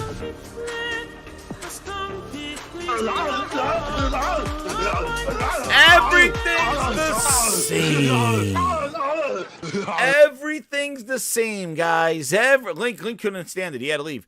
Everything's the same. It's just the same architecture, the same Hovis methods, the same ass grabbing. All the stuff is the same. It's just the resolutions because the devs need access to everything the same. So that's why when you see a game looking like the Texas Chainsaw Massacre having a 30 frames per second mode online game only on an S, but there's a 60 frames mode, a performance mode on the X.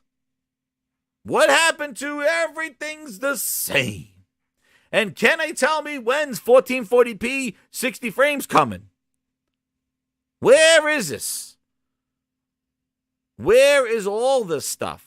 You heard what he said. It's exactly what we built. He said right there. That's exactly right. And that's exactly how we designed the consoles. So you're spot on. You know, our performance target for the Series X was 4K at 60 frames a second with support for up to 120 frames a second. And our design target for the Xbox Series S was 1440p at 60 frames a second. What games were you targeting? Like old games? Like last gen games? And shout out to Reforge for putting this clip up there. Reforge Game, shout out to you, man. But I couldn't believe it when I heard this thing. And you talking about, like, the words are coming out of their mouth. They have the tools. With support for up to 120 frames a second. But the reality is all the internal components that are really critically important for developers are the exact same between the two consoles. So the CPU performance is nearly identical. The Xbox Velocity architecture is the exact same between the Series S and the Series X. Even our dedicated audio hardware block is the exact same between Series S and Series X. And then all those next-gen capabilities that we've talked about, things like DirectX ray tracing. DirectX ray tracing? mesh shaders, Mesh shaders, variable rate shading, VRR, HDMI 2.1. All of those are the exact same between the two consoles, because as a developer, you want to know that you have those exact same capabilities on both consoles. And then developers already have really good tools and really good capabilities to scale up.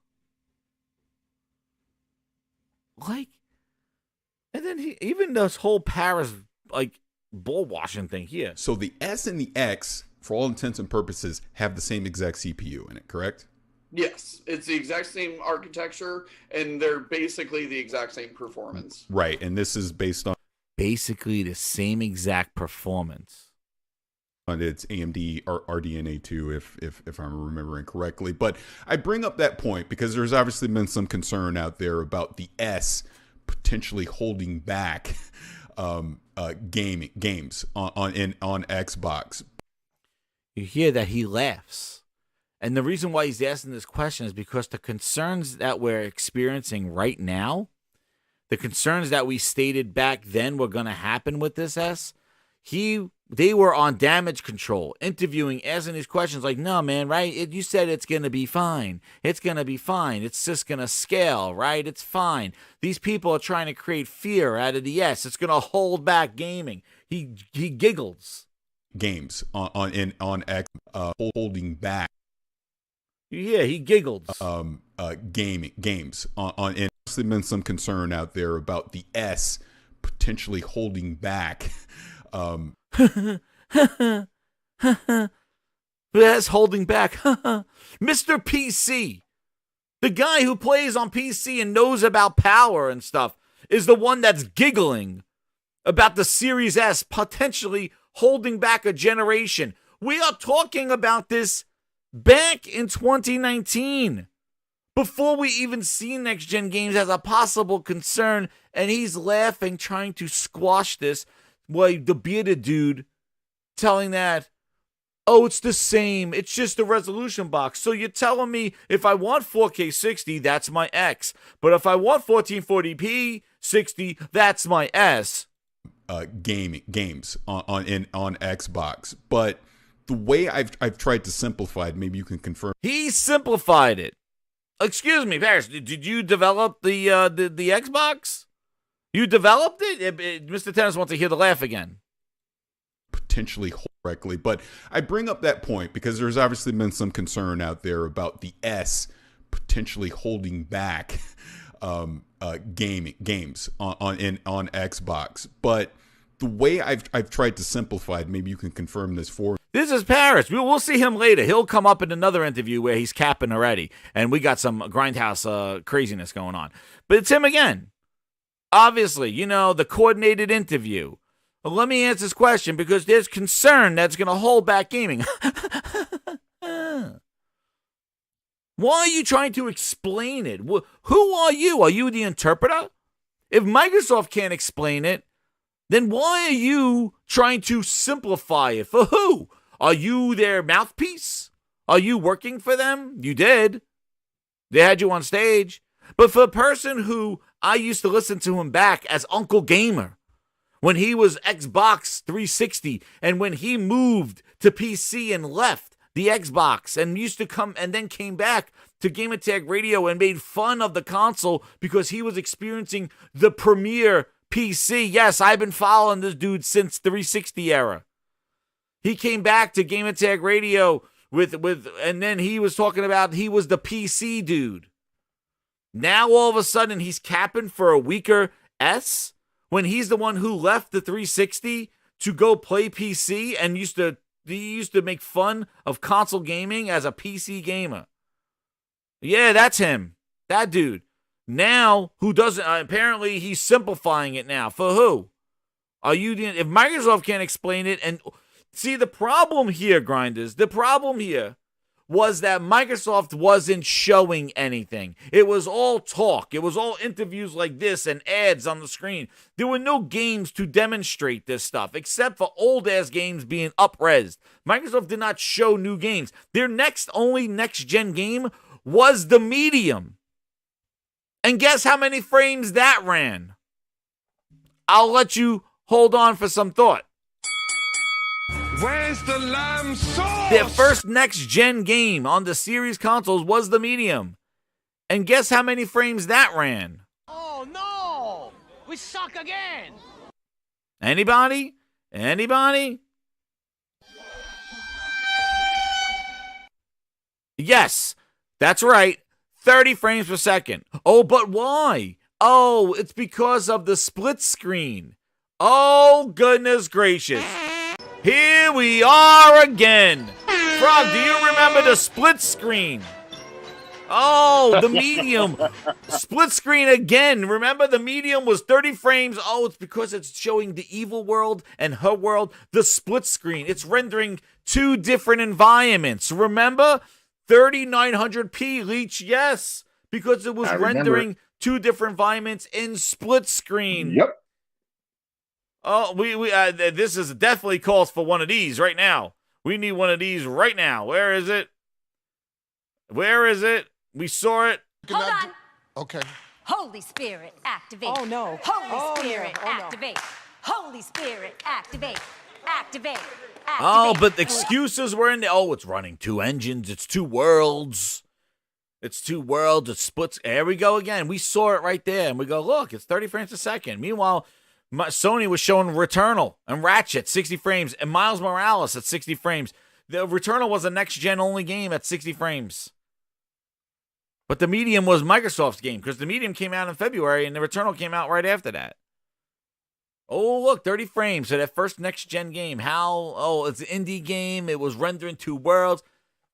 And then this dude still. To 120 frames. This is my 4K device that can do 60 frames per second. Some games are going to be able to go up to 120 frames per second. And talking 120 frames. Meanwhile, we're 2 weeks away from the biggest game from Microsoft, Starfield, at 30 frames per second. Dude was talking 120 frames. Where are the 120 frames in the next-gen games, dude? We can't even get 30. We can't even get 60. They're talking about 120 frames back then. The S is my 1440p 1080p console that can do 60 frames per second. Oh, can it? You mean more 1080p, sub 1080p, 60 frames per second. If it even has a 60 frames per second, dude. Everybody was my number one this customer. Is what I don't get. Everybody was pushing 60 frames, 1080p, 1440p 60, 4K 60, and now all of a sudden everybody's happy with 30 frames on Starfield. Nobody's making a peep. Right? Oh, we'll revisit Paris again. We're gonna see him again and see how he's changed his tune. We will visit him again. But there you go. So why do we bring up the Series S holding things back in parity? This is what it was marketed as. The 1440p 60 box. Yeah. Everything's the same, just the resolution. Oh, is that true? Is that true? Then why are devs not doing that? And I was listening to Reforge earlier today, and he said the things. He was saying the three strikes, right? And I'm going to say this too, because I agree here in the sense that I agree here in the sense that I'm not saying it can't be done. Right. I just think that the effort that it's going to take to make it work is not going to yield the results that they want to say that effort was worth it. So what you're saying is, why are you wasting time when there's other things you could be putting your effort into? Yep, that's why all that Forza stuff. Yeah. Yeah, I agree. Split screen, because that's where that Forza guy. If you listen to my show Friday, that Forza guy was like, split screen is not going to work. Like split screen is really not. It's hard to implement and stuff like that, but not at launch. It's like, well, wait a second, is it hard that it's difficult to do? And why are you saying not at launch? My opinion about split screen on like a game like Forza, I guess to me, like when I think about Gran Turismo, I don't think about split screen because I think about I'm a little selfish where I'm like, hey, I just care how I'm affected. I don't plan to ever play that thing split screen. So if Forza doesn't have split screen, I don't really think it's as big as a deal. What I think is a bigger deal is your car models, your tracks. Like how much has it really? There's no drift mode. There's no drag racing. No, and that's my whole thing. When you're comparing it to like the biggest races on the market, stuff is dropping. Right. How much is it really in comparison to, like, let's call it what it is. Gran Turismo. What is it doing that Gran Turismo isn't doing? Well, You that's see the what I'm problem. saying? Well, that was the same issue with Halo. Remember, Halo had to do the minimum Right. of what Fortnite was doing for battle passes. Like, and Nope. Halo couldn't They even couldn't. do that. So, like, if you're Forza now, after 6 years of development, you got to see what Gran Turismo did. How are you coming Well, out at launch without things to say? At least we're starting where Gran Turismo was started at. You Judge, started we said before this that. before. This is a direct reflection of Game Pass. Yeah, I agree. This is why some of these games are coming out the way they are. People can say, no, it's not. Yes, it is. This is a direct, and I don't think that the Game Pass model. Here's three takes, and I'm pretty sure I'm gonna be spot on. I think that uh, a system like a Netflix type of system for games is interesting. I don't think it's sustainable. I think that you don't put your big premiere games in it day one because I don't think your games sell.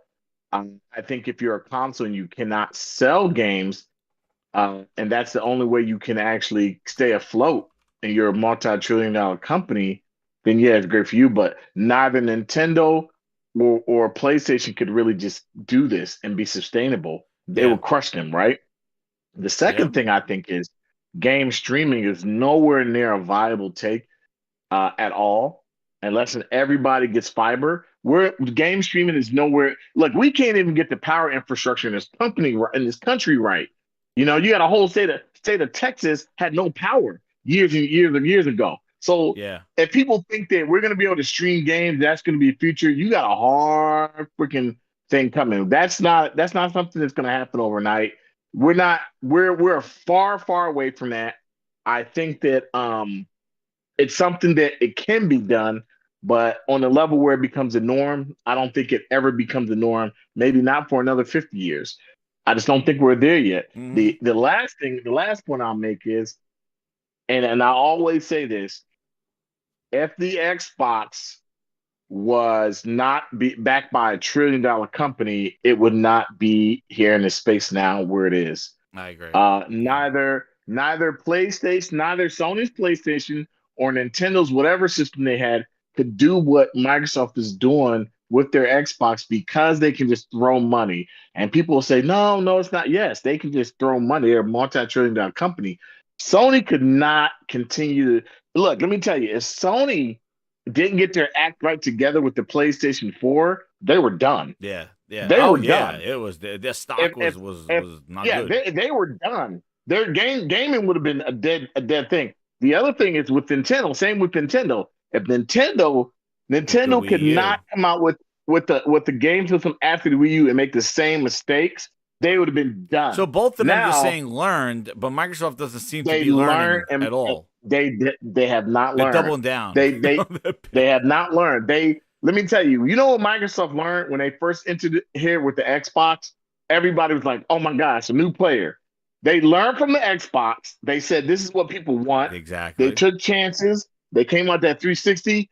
360 had a lot of problems. The Red Ring of Death was the big one. But they listened majority to what they wanted to do. They had Xbox Live. Yeah, that doesn't mean. Right, but the reason the 360, a lot of people know that era, and they say that's Microsoft's best era because Microsoft did a lot of things that the other ones weren't doing. They said, oh, we're going to release a year first. We're going to do this.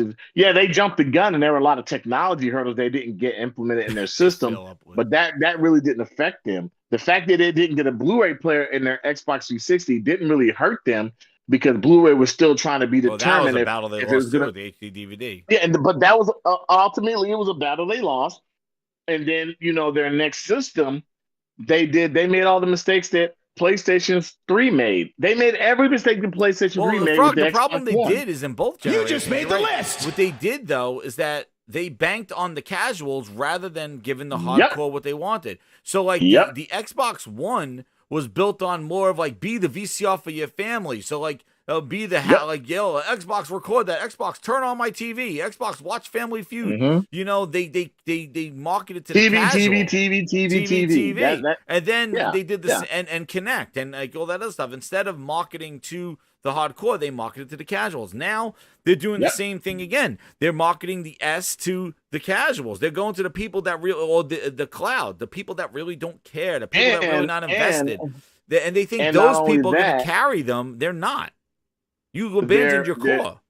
They're marketing, and I'm going to tell you like this. They're marketing to... You don't start that way. You do that after. The group of people that they still have there, they're marketing to. They're marketing and saying, hey, you don't have to buy anything anymore. Yeah, the Samsung don't have to buy a console. Like, yeah, subscribe to the service. Now, I will tell you this. For a person like I said, like my son's his girlfriend's dad. Yeah. When I gave him the PS5, I told him, I said, hey, they have a program in there, PlayStation Premium. It's $120 a year. I suggest, since you've never owned any PlayStation system in your life, you subscribe to it. The reason I told him to subscribe to it is because it benefits a person like him. It doesn't benefit the person who's been there and stuck out with the system. Like if you went to PS1 to PS2 to PS3 to PS4 to PS5, it doesn't benefit you realistically for the most part, especially if you go on a PS4. It doesn't really benefit you to be in a service.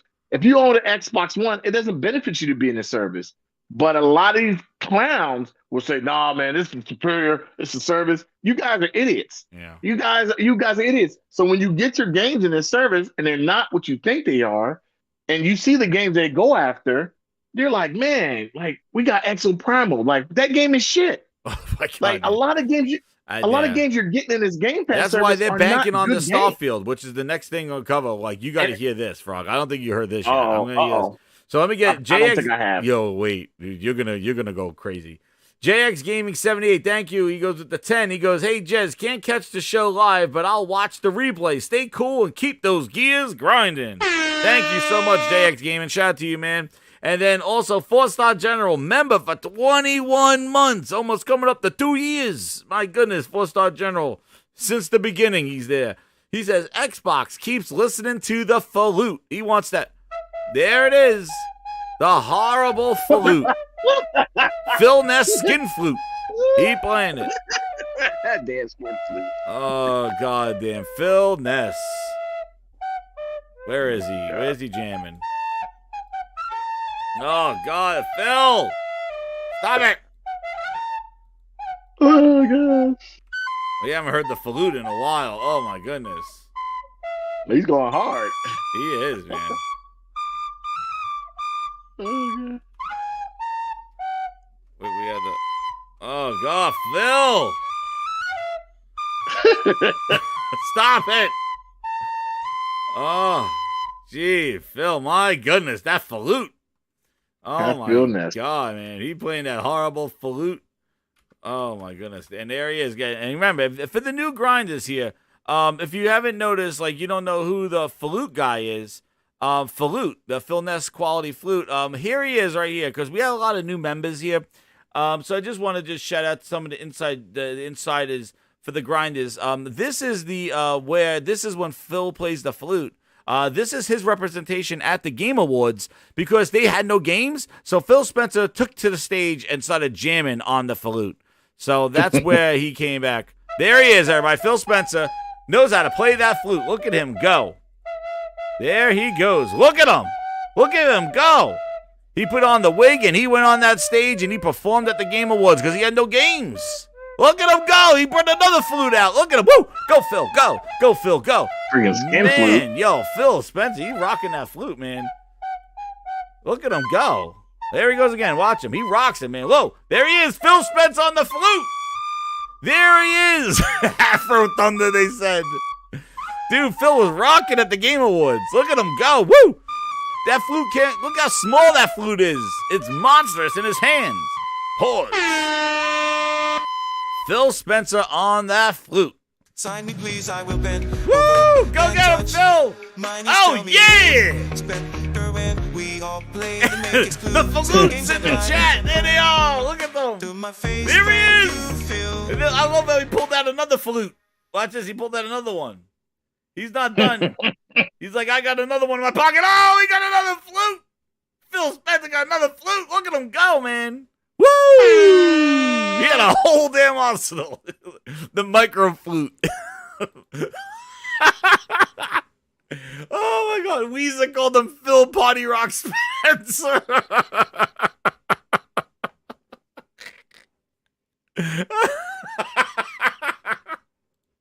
Dude, it's him, man. That is Phil. There he is. You're telling me that that's not Phil? That is Phil. Like, let's see. Let's get. That is. You cannot. This is evident. This is him. There he is. He's jamming. Get him. Woo! There he is. Falute's all over in the chat. Like, you got it. There he is, man. There's the flute. There's the Phil Ness flute, man. He was rocking. He at the Game Awards, man. He was rocking. You can't tell me that is Phil Spencer. Jeff Keighley put him up on stage and said, Phil, we need the flute. And he said, I'll do the flute, man.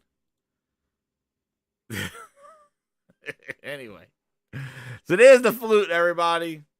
And then if you're wondering, that is the horrible Phil Ness flute. But if you want the quality flute that Jim Ryan and Herman Holtz, the quality split flute, that's this one.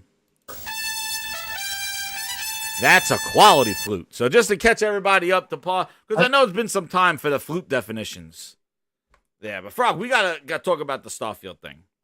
This is gonna grind some Frog gears. Yeah, Frog hasn't got pissed off yet. I don't even know what it is. All right. So Frog, unfortunately, I got to play him over YouTube, so you have to listen to it.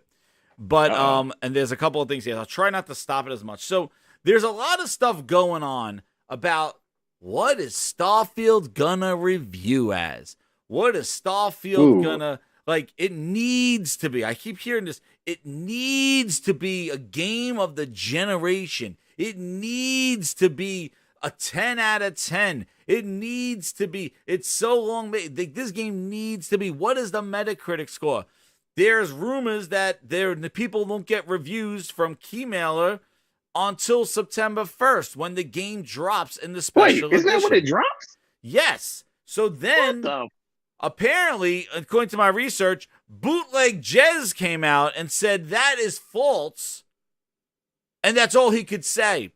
So apparently, maybe people are playing it. I hear, I see people going, I hear the game is good from people playing it. Who the hell knows? But all I can tell you is that this game is like being played behind. It's not playable at Gamescom. It's not there. It's not going to be. There's no new gameplay rolls every week. They show you the same stuff from June, Frog.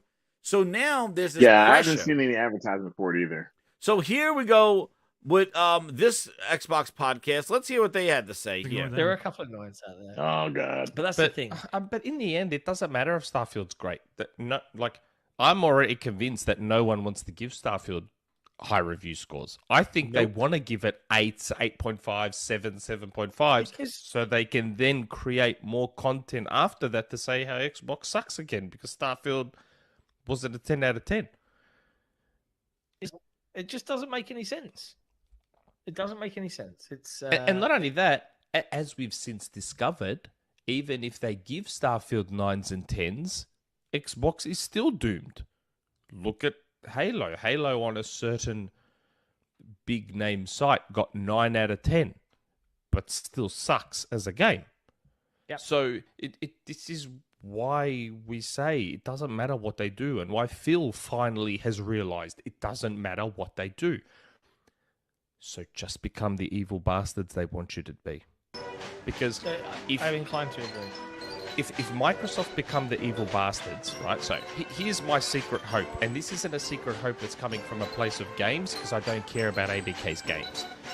This is coming from a secret hope as a Xbox content creator that's just kind of drained now. I'm becoming mentally drained of all this.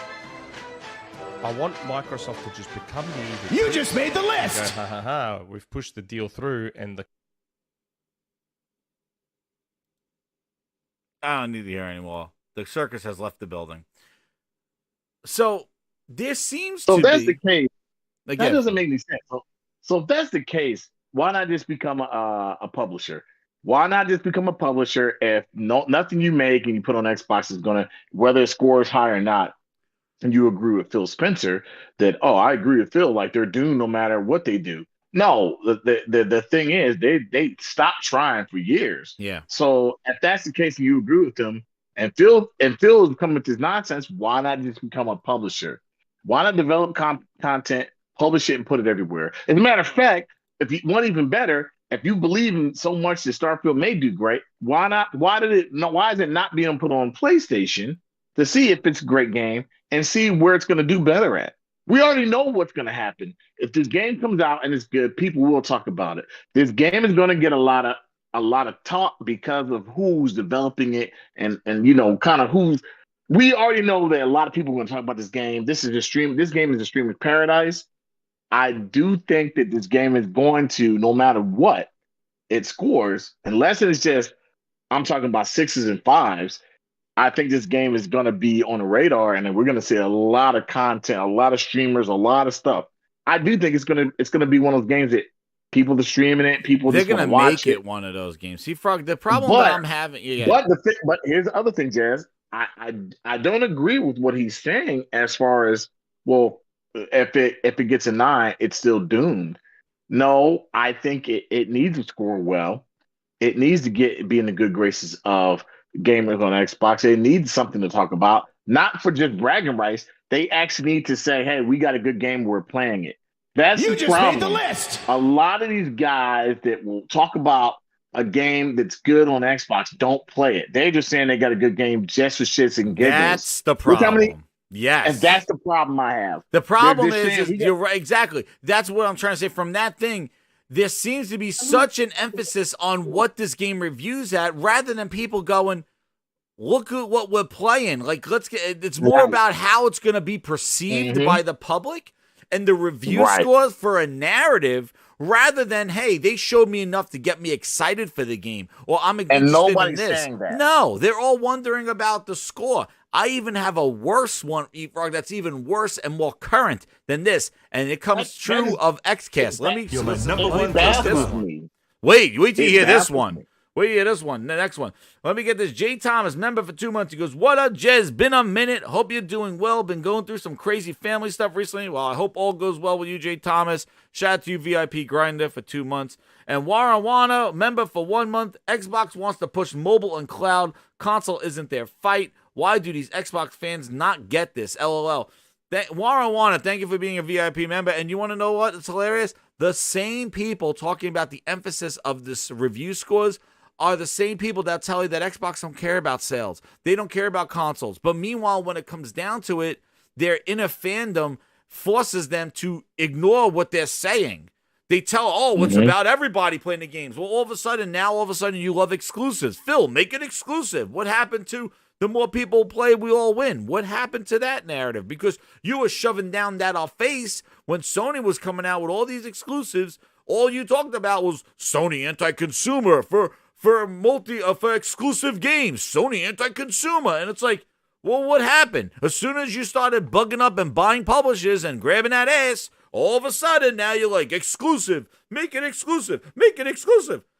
What happened to, you're taking it off $10 billion in sales, they thought, and they took it away from PlayStation. You're dropping an install base of 140 million, 45 million PlayStations out there.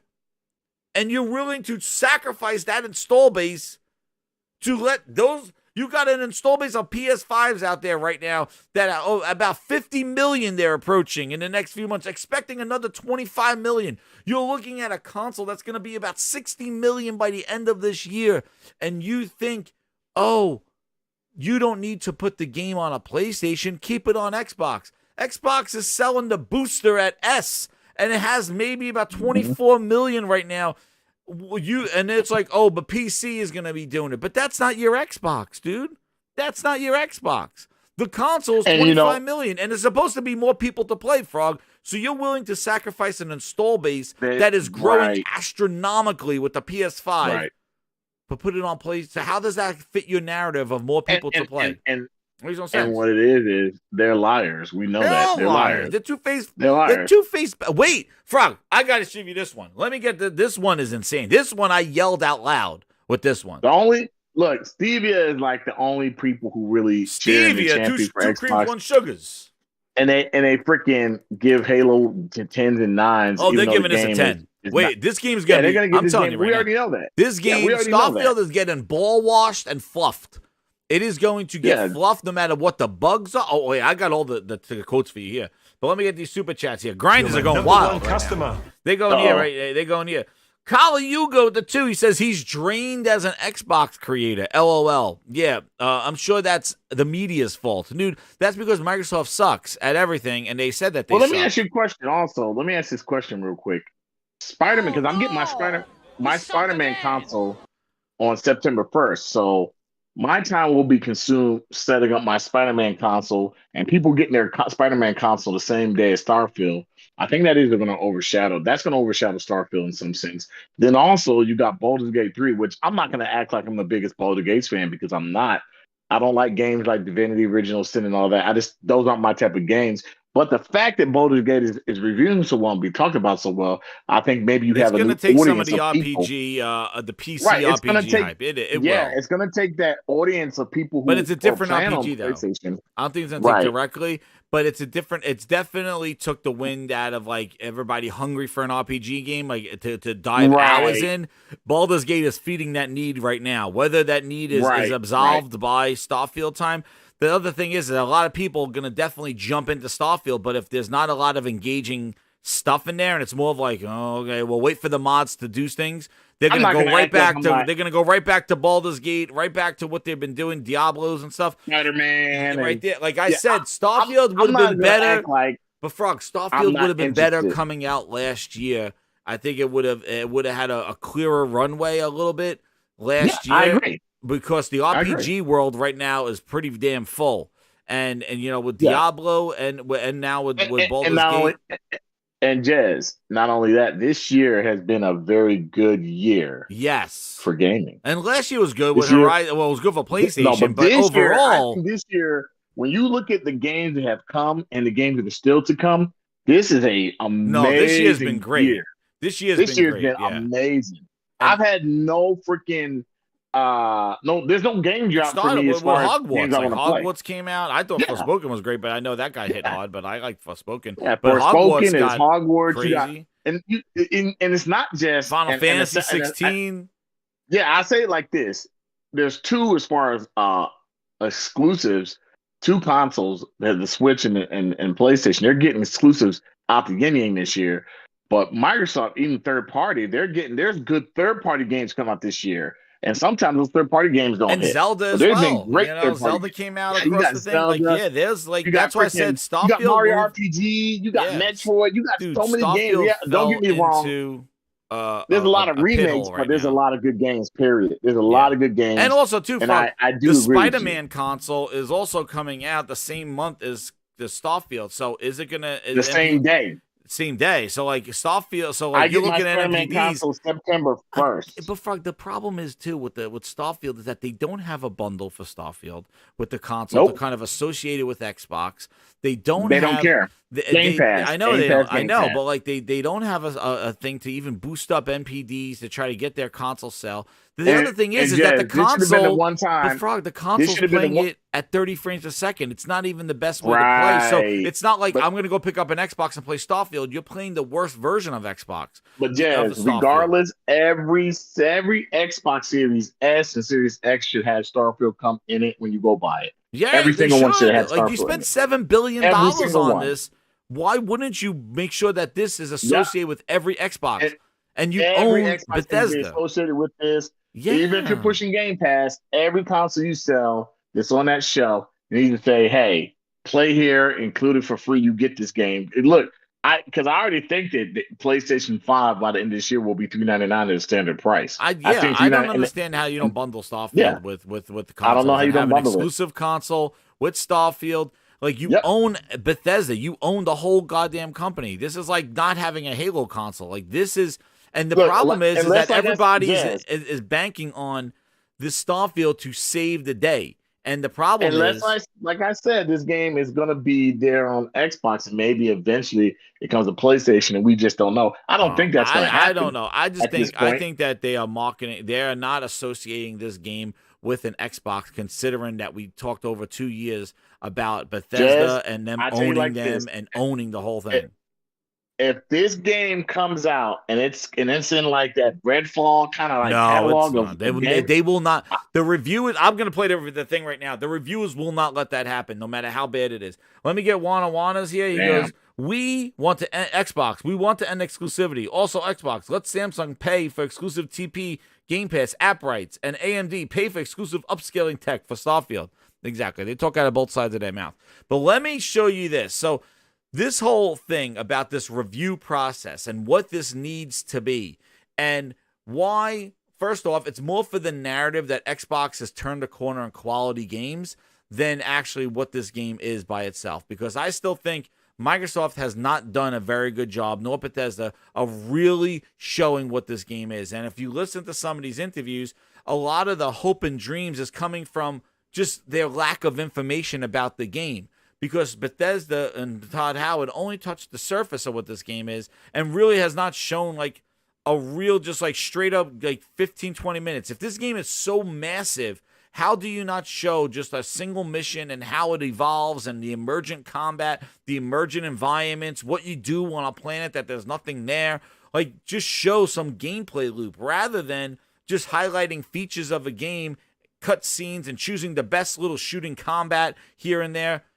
Well, but listen to this. So everybody's emphasizing on the definition of what Starfield needs to be rather than, hey, I like this that I've seen in Starfield. Nobody's saying that. They're just talking about what it is. Now, hear this.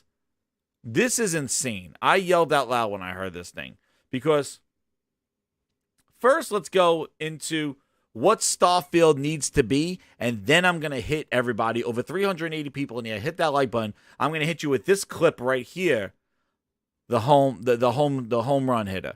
But let's talk about first what this game needs to be from XCast. Kind of calm, just so you know. I don't know if you've legacy Activision titles coming. No, not the Xbox ecosystem, and adding that ABK deal for all these years and a decade now.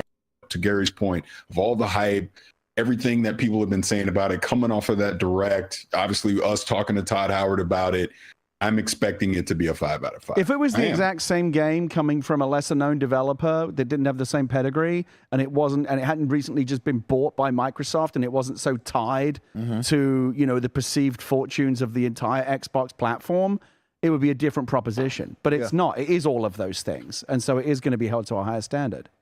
And to be clear on that, I'm personally expecting there's going to be some bugs. I don't care how much they've QA'd this, which I'm sure has been extensive. The game is just so big that there's going to be some bugs. But as long as they're not game breaking, I'm losing my save progress, I can't continue type of bugs. I mean, it's probably going to be acceptable on this scale. I mean, as long as it's not cyberpunk. Oh, yeah. I mean, we know it. Wow. It's not going to be that. No. Oh, it's not going to be that. No. So they played it. They know. Also, too, like, what did he just say again before he took his little drink? Which website you go to and how they review games. I've been yelling for the past couple of months now that Starfield does need to be a game of a generation. Listen to everything that he's saying out of these teams. Just listen. That's what they've made. What Paris is Like saying. Skyrim has survived for all these years and a decade now because it was a game of a generation type situation. What about Fallout 4 though? Fallout 4 good. Fallout 4 great. But did it need to be a game of the generation, Mike? No, not that one. No, that didn't. No. So this game has to be a game of the generation because Xbox owns it. All of a sudden. Okay. Now, I'm going to agree with Gary in this sense. On a kind of funny scale, I think it needs to be a 5 out of 5. I do. On the kind of funny scale. All right.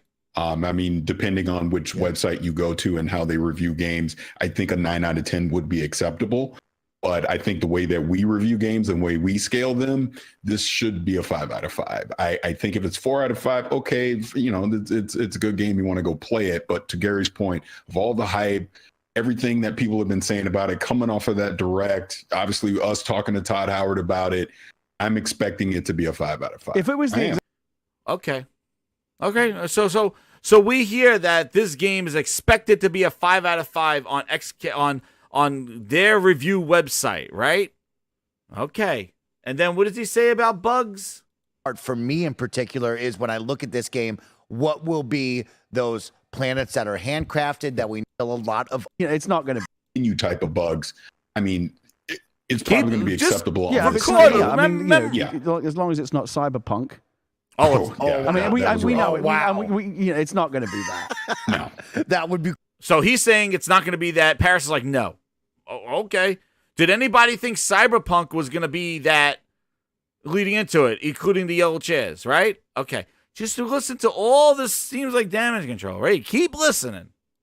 Crazy, Gary. That would be crazy. I don't know if there'll Just ever give be me- another Cyberpunk. Yeah. No, there will. Of course, there will be. Oh. Because no one ever learns the right lessons. But I do think that Cyberpunk, for all of the horror show that was, if it did any, we know a lot of detail. Now, listen to his hype. All the hype that he says right now, is it even relative to what we've seen? Because all of it is what ifs and imagine this. Listen.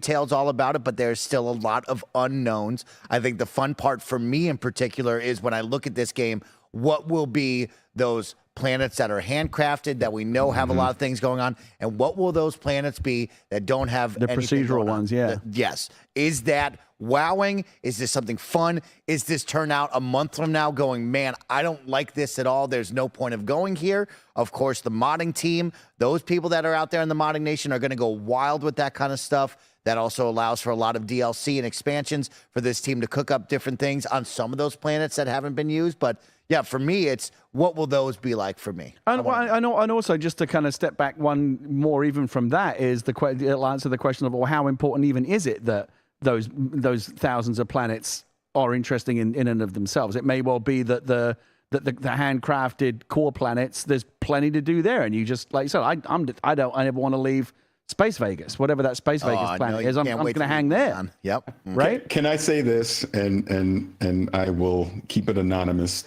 Protect the innocent. Okay.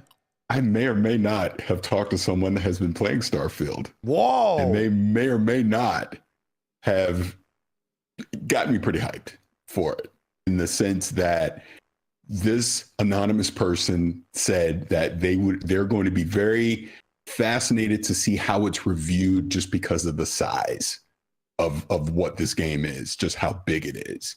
And I'll leave it at that. But conversation I had got it's gonna be.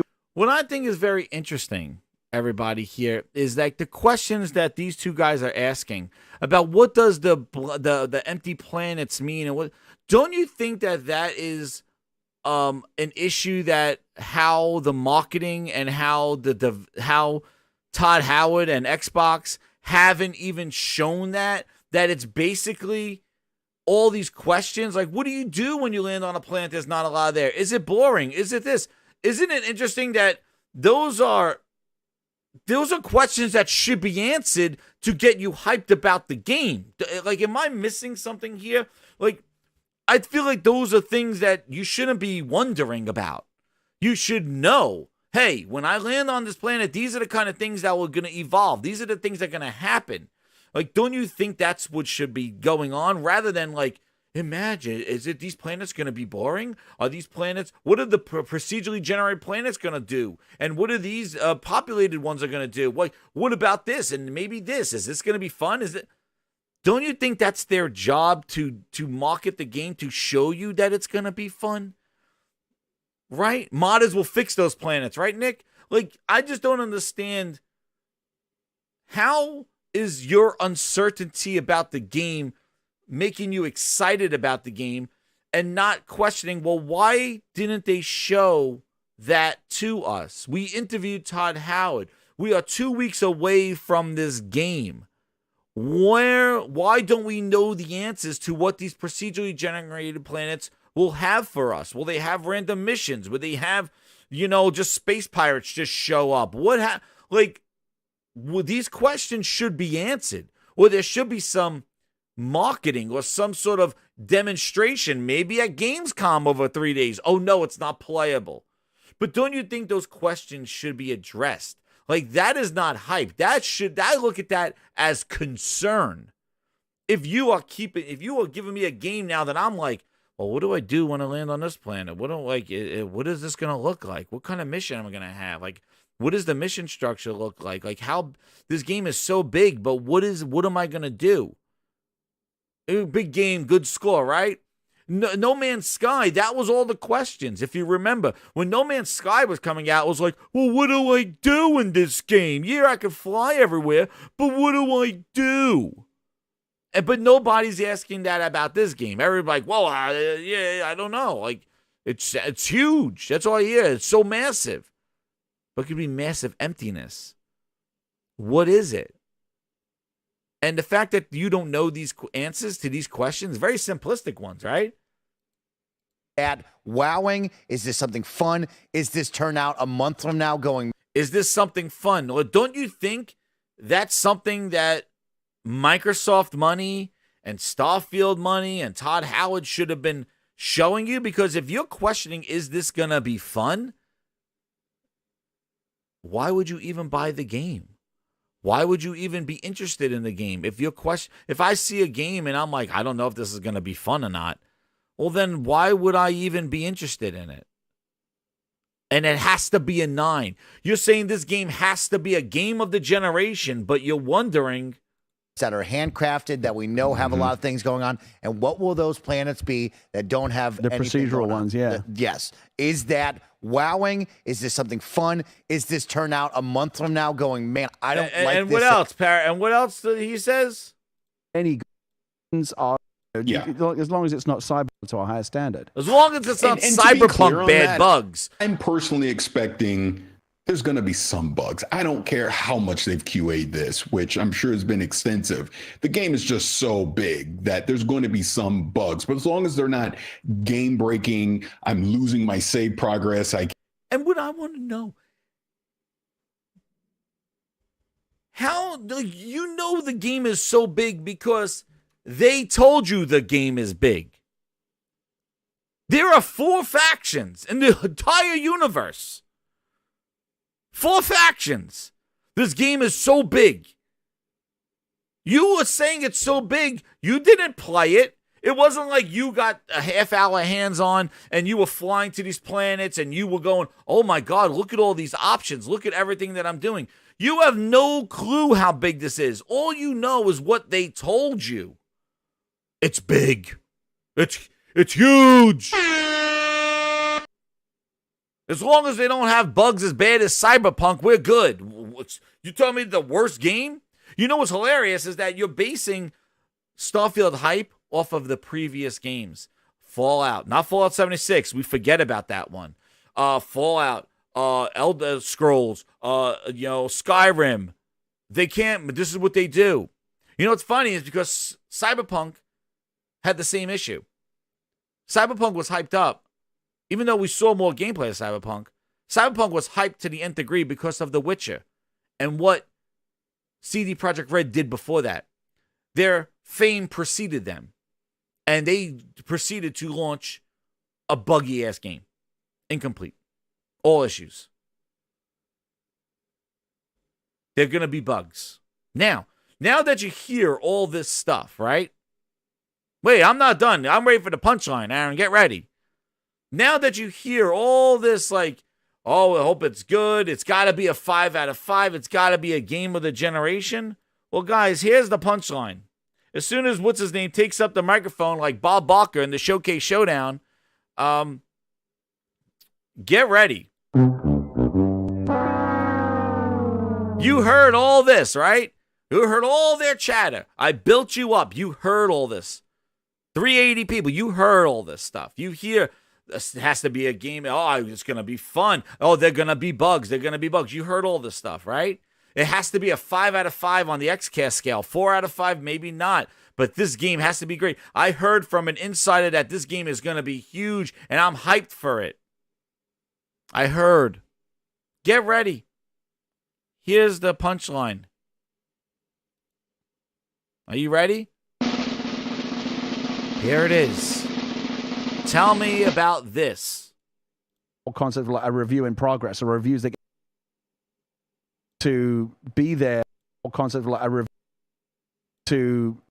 that you need to play because a lot of time to. This is not a game that I think you can reach a judgment on after like 48 hours of playing. Yeah, I mean, you can get like a first impressions review out of the box, but like this is why now we have the whole concept of like a review in progress, or reviews that get updated, because there are games that hit different after 6 months of play, or even 6 weeks of play. Like Starfield is a game of such size and scope that it may be that you need to play it for 100 hours to really get a sense of how good it is or isn't. Right, but I don't know how much advanced time. I would like to think that Bethesda, when they're doing this, are giving the reviewers enough advanced time to play it to get a big enough sense of it that when their review drops, it's accurate and it isn't just, well, here's what the first 48 hours is like, but who knows about the rest, you know? Can we hit the brakes on that really quick, Paris? Because I want to dive deeper into this, especially with you two.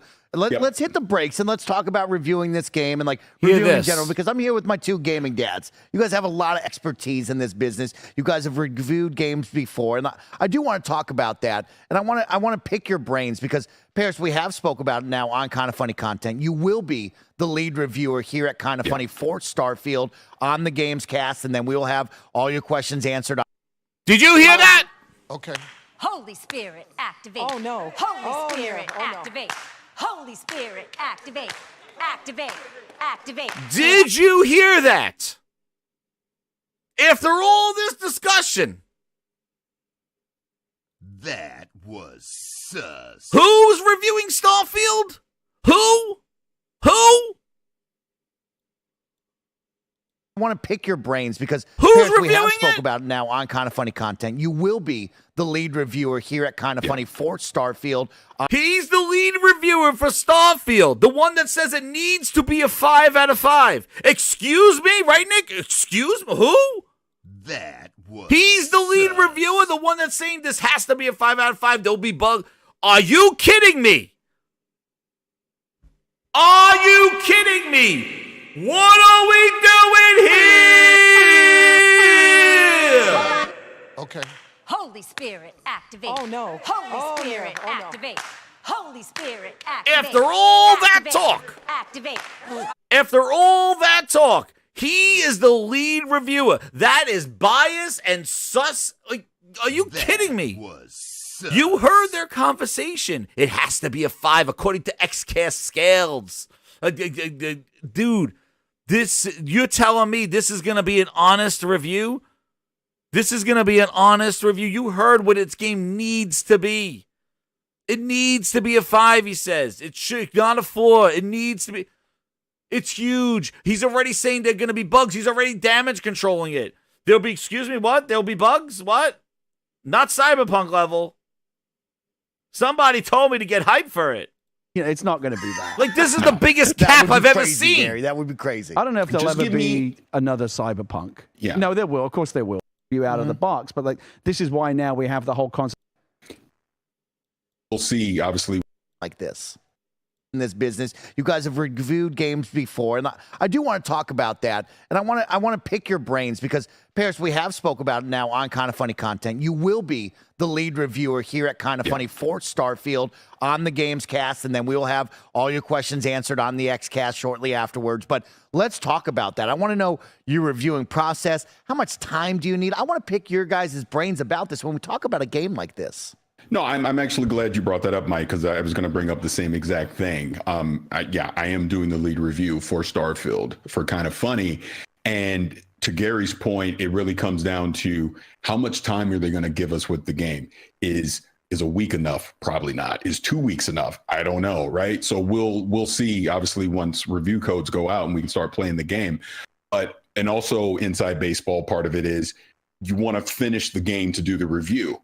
Is that enough time to truly finish the game and not feel like you're just rushing through content to say that you finished the game? Well, so Paris, let me ask you this. Given that there are many unknowables, what's the release date of the game? September 6th. September 6th. There will be early access for people who pre-order.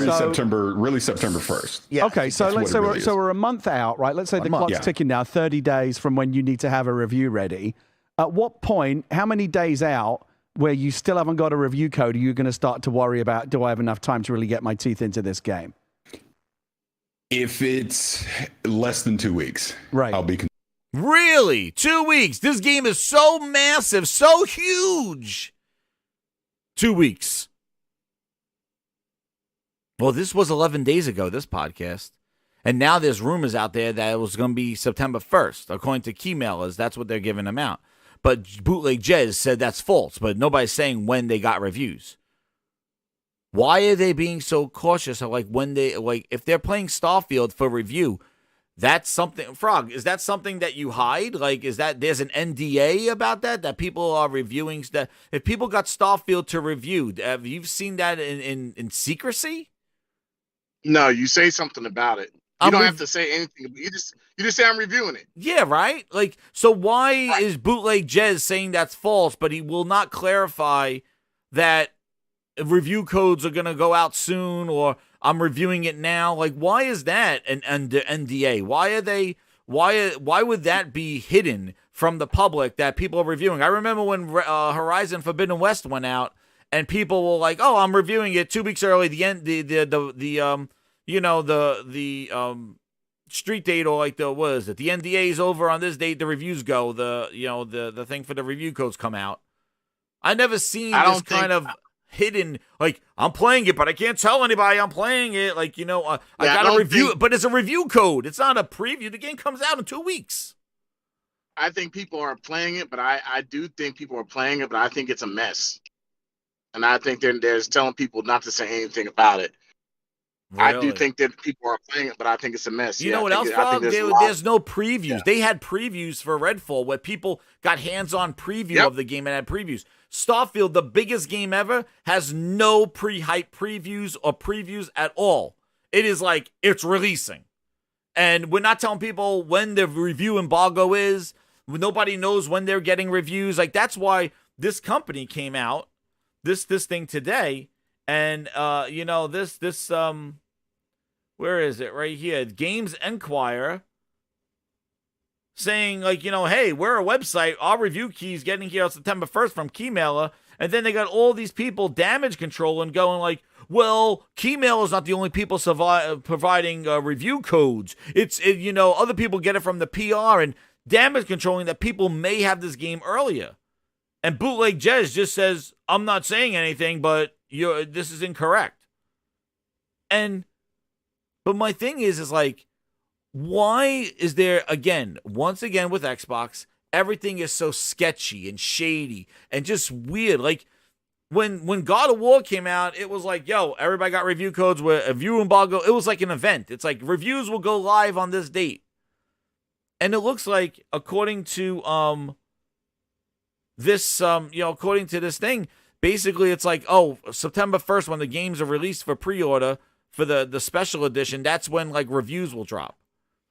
Don't you think reviews should drop a week before the embargo should be up? When does Metacritic say the score is for Starfield? Let me see. When did they say their Metacritic scores go up? Metacritic, where is it?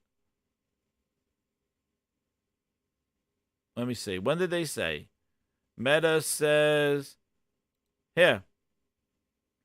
So this is that company that caused the issues today. Following receiving information, we believe and reported review copies will be sent out on September 1st for Starfield. This has been disputed, and following a conversation with a rep, we are retracting our earlier report. This was due to miscommunication as part of a truthfully honest mistake. So apparently they're going to get it soon. So I don't think they got it yet. So what's the date? August 31st? Unfortunately, that question was not answered. So we won't know if we're told when. We won't know whether we'll be able to say or not. What the hell is going on here, dude? So they told them that they're incorrect in that September 1st is not when review copies will be going out. But unfortunately, the question of when they'll get their review copy was not answered. So they don't know if we're told when, we don't know whether we're able to say it. The game comes out in 3 weeks. It comes out. I'm thinking next week. If people don't say anything next week, dude, the game comes out not this Friday, not next Friday, the third Friday. But why? This is the biggest game ever for them, and you hear it has to be game of the generation, this stuff. What is the secrecy of when this game will be reviewed? This should be celebrated. It should have gone gold already. These monumental moments for this biggest game after 25 years of Todd Howard making a new franchise, don't you think there should be less secrecy and more celebration of milestones? And why the hell is XCast saying how this game, the person that's going to be the lead reviewer of the website, saying what this game needs to be? If I was reviewing a game, you would not hear anything out of my opinion of what the game needs to be. Because you shouldn't even have that bias going in. And if you do, you should keep that to yourself. Not go on a public website and a YouTube channel and tell people what this game needs to be. Oh, there'll be bugs as long as they're not game breaking. What are you talking about? You're the reviewer. You're the lead reviewer, Paris. That should be a responsibility that you just keep your mouth shut. You don't go out there and tell us what this game needs to be and what it should be and who got you hyped for it because you heard somebody was playing it. And you're the lead reviewer? Kind of Funny Games is kind of funny. Yeah, they are. They're sus as hell. I wouldn't trust a goddamn review for them at all. Gamecast, whatever the hell they're doing. That is the worst decision they've ever done. Why would you have your reviewer of the biggest game for Xbox, this biggest game here, coming out and saying exactly what his biases are before he reviews the game? Redfall had hands-on previews. Everybody said it was great. And then all of a sudden, when 60 frames didn't come out, everybody said it was trash. And they ripped it a new one. Well, you want to know why? Because they didn't want to rip Starfield a new one. So they knew that. I'm telling you, that damage control was there. They all went extra on Redfall because they knew Starfield was coming out at 30 frames. And this is what frustrates me so much about this. I have not seen enough of this game to say all these things. And if I feel that this game should be a game of generation and what this game should be, there should be way more marketing and gameplay and talk about the game itself and not about what it means to Microsoft and Phil Spencer and what it means for Xbox, but just what it means to just have a great game. Because I'm telling you, we just started this conversation with the review scores. It's a 90, it's a mess. If it's an 80, it's not good enough. The problem is that they're worried about how the game is going to be perceived rather than whether the game is entertaining to begin with. I wonder what those planets look like. I wonder what you're going to do when you land on planets. Like, if you wonder, that's a problem with the marketing. They should be telling you this. They should be demonstrating why you should be excited for Starfield. And not just that in that snuff film of 25 minutes. They should be doing this month after month leading up to this, answering the questions. Look at what happened with Final Fantasy 16. Look what happened with Horizon. Look what happened with God of War. We knew everything about those games, and still it was incredible to play. But we knew what the icon battles were. We knew what the inventory system. We knew what the gameplay loop was. We knew this stuff. Rather than discussing what the score would be, we cared about, wow, that game looks awesome. I need to play it. That's them doing their job. If you're sitting here now going, well, what happens when I land on a planet with no life? I hope that's fun. That's a them problem. They haven't done their job to get you excited to know what you're going to do. So I don't understand how you're hype when you have those kind of questions. That's what I don't understand. You're just hyped for what this game means. And the problem is that they're trying to bet all Xbox problems in one game. And that's not fair to Starfield. Because if it is a good game, they're going to be like Microsoft, just like they turned the corner with Halo. The problem is that Halo never turned the corner. The issue is they think this one game is going to fix everything wrong with Microsoft and everything that's been going on. And they're completely wrong. And that's pressure that Starfield didn't need. And this is added pressure because they think that this one game is going to change everything with Microsoft. All of a sudden, they're back. Dude, if this game is a 10, Phil said it himself. If this is 11 out of 10, it's not going to do anything. And it's not.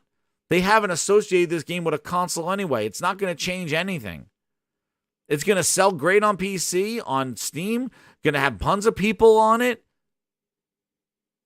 And that's what's going to do.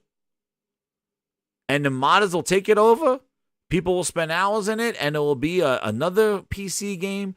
And some people will be playing it on console, trying it out, talking about it. And we move on. Even if it's a 10 out of 10, it's not going to win Game of the Year. There's too many great games. Like Frog said, there's too many games this year, and Zelda's probably going to win it. Or maybe in the nomination. But it's not going to change anything. Because it's not being associated with Xbox. It's being associated with PC, as it would.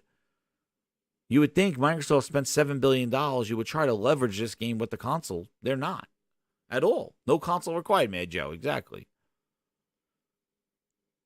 But the secrecy about the review, the secrecy about if it went gold, when is it coming out? I don't get it. And I don't think we've seen enough or heard enough from them for marketing-wise and excitement and gameplay loop-wise to warrant this much pressure and excitement, especially if you believe this game needs to be what it is. You should be the one up front screaming, show me more, show me more. Instead, they're on going, oh, we've seen enough. Are you afraid? Are you afraid to see a straight-up gameplay and see how those frames are? And nonetheless, nobody's buying a console to play this game at its worst frame rate. That's the problem. That's the same thing with Redfall. The console's the worst play to play the Xbox exclusive game. PC's the place to play this game. So why would you go buy a console to go play this game at 30 frames when it could be played better on a PC? Yeah, it is a price difference. But there's no incentive to know that you're going to be playing the game in the best place. That's the problem. If the X was playing comparable to a PC, there will be incentive to go buy a console. But if it's not playing the best on console, there's no incentive to go buy a console. Some will. But it's not even, I would say if you bundle it, maybe at least you associate it. And even bundles, they're like $500 and you're paying for the game anyway. So it's not like they're giving the game for free. But all the secrecy, dude, I just get so annoyed because this is what Xbox does with all their games. They did it with Halo. They never showed the campaign until the game launched. They're like, what happens to man? What's the campaign? Oh, no, they're going to spoil it, they said. We can't show it. This game is so huge, so massive. You're telling me you can't show me 25 minutes of a guy just getting a mission, doing one of the story missions on one of these billions of planets? That's detrimental to have on Gamescom? Have somebody just walk around a planet at Gamescom and demo the game. No, it's not playable at Gamescom. Why? That'll be huge marketing. A lot of hands-on. That's next in 2 weeks. Why? Where's the confidence? Where's the shouting from the rooftops? You shouted from the rooftops that you're spending $7 billion. You were all over Twitter, Phil Spencer. All over Twitter saying how much money you're spending, $7 billion, to own Bethesda. But now when the game is here, everybody gone quiet. Don't tell them when the release date is. Don't tell them when the review date is. Don't tell them that you're playing it. I hear it's fun. I heard it's fun. I hear it's this. Who's telling you? Who? It just sucks. I hate him. I hate him when they do this shit. Everything's so secretive. When it comes to games, Microsoft is a coward. They put their head in the dirt, face down, ass up, in the dirt. But they shout out the rooftops for controllers, for billions of dollars, for the FTC, for the regulatory agencies. They're in the news every single day. Phil Spencer got quotes, everybody talking. But when it comes to the games, they go into hiding. Don't say anything. That was Don't let them know you're playing it. Don't show any gameplay. Don't show any more. We've shown enough.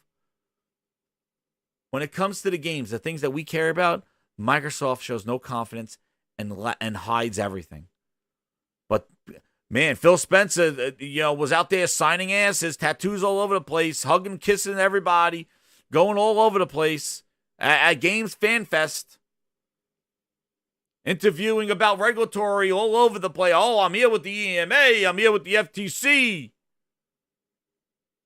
All right, guys, we got another deal with Boosteroid. Boosteroid, a Phil Spencer tweet and great boost. Everybody talking. Shouting from the rooftops about everything else but the goddamn games. Ridiculous.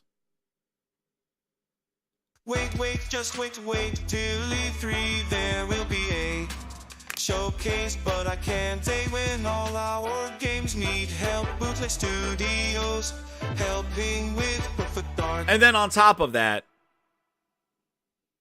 they go into hiding, not showing you these games and why you want to buy them. Spider-Man is showing all this stuff. They market their games. Final Fantasy, and what's crazy is Bethesda themselves. Remember when Deathloop came out? They showed so much of Deathloop, enough. You've shown too much. They showed so much. That was Bethesda. That was for Deathloop. We saw more gameplay and work from Deathloop leading up to its launch than Starfield, which is this monstrous game. We've seen less gameplay than Deathloop. We knew so much about Deathloop. The multiplayer, this, the that, the combat, the loop, the this, the this. They showed so much of Deathloop. That's how Sony markets their games, from Bethesda. Same goddamn company. So you can't tell me they don't do it. They did it with Ghostwire and Deathloop. But Starfield, a game that's 5 times the size of these games, shows you a little bit of video in June and we're done. We're done. That's it. Don't ask me when it's, and we don't know when the dates are. Deathloop was trash. I agree. I did not like that game. That was my biggest regret. Deathloop sucked. But leading up to it, dude,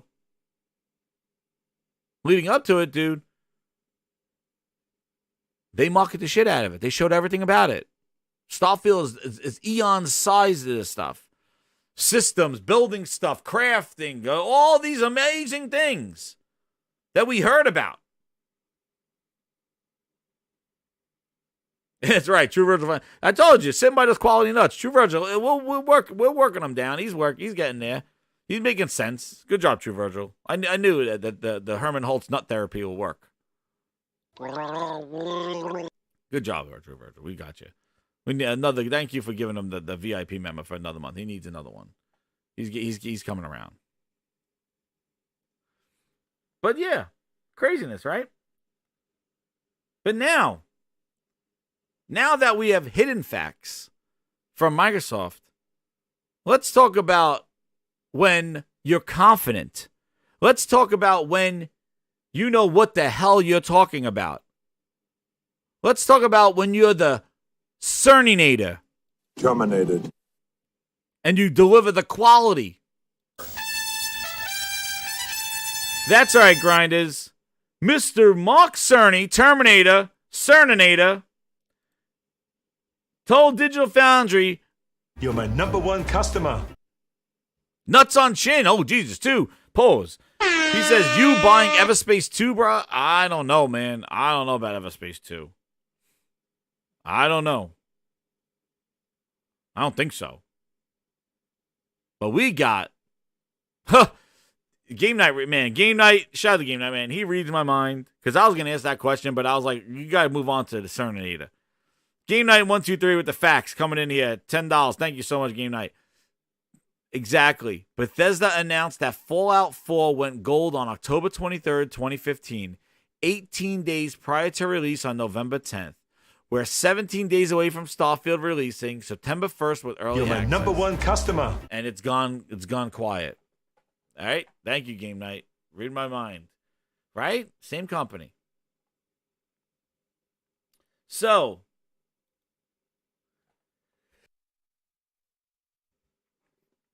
what's happening? Sony's supporting Dolby Atmos. And what's crazy is in an announcement for a Sony feature that's being added. Frog, thank you so much for the beta code, but it didn't work for me. I don't know why. But apparently this Dolby Atmos stuff, Cerny came in with a letter. the Cerninator, also known as Dana Carvey in the Grindhouse.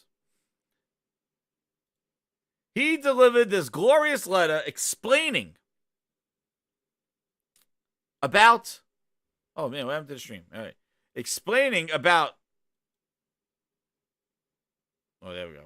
Explaining about the implementation of Dolby Atmos.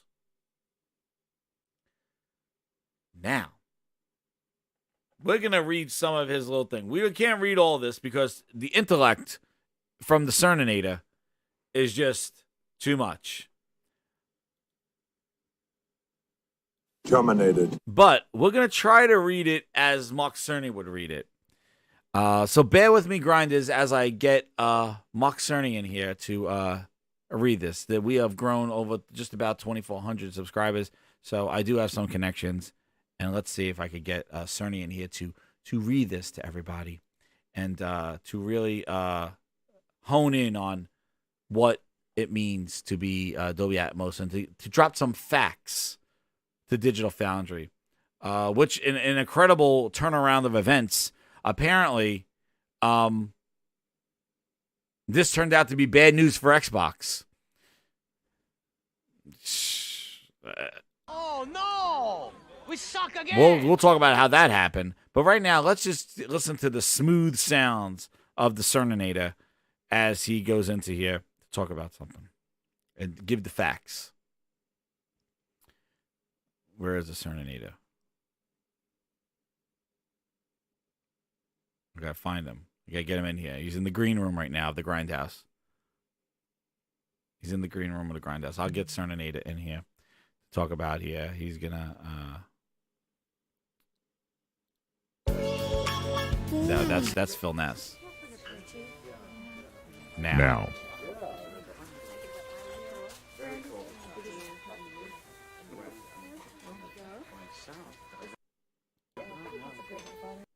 Wait a second. I want...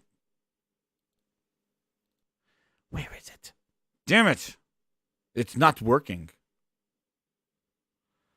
I don't want to change my voice. Cerny, I do not want him to change my voice. Hold on. We're having some technical difficulties with Cerny. Hold on a second.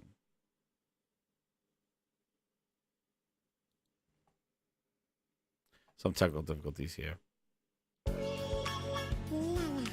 That's the Phil Ness.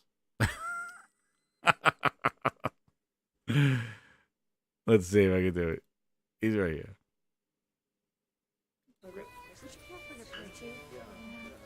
We're going to hear an echo. Go. Well, we can't get Cerny in here. It's Phil's fault. Phil's trying to get in here to mess up everything. Yeah. It's not working.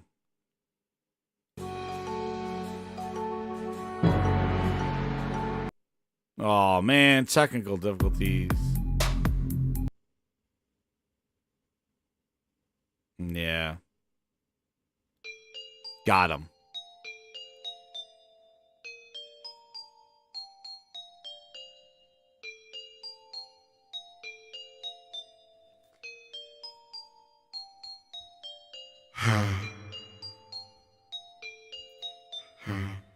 It's Mark Cerny.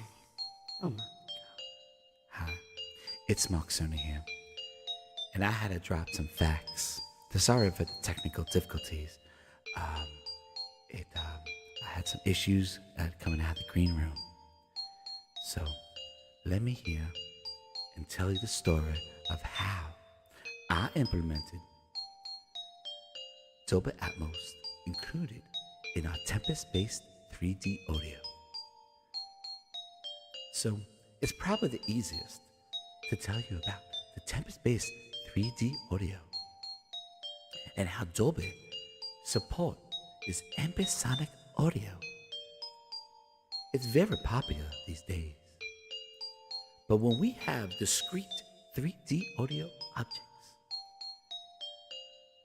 the ambisonic audio processes the different ways in 36 different channels.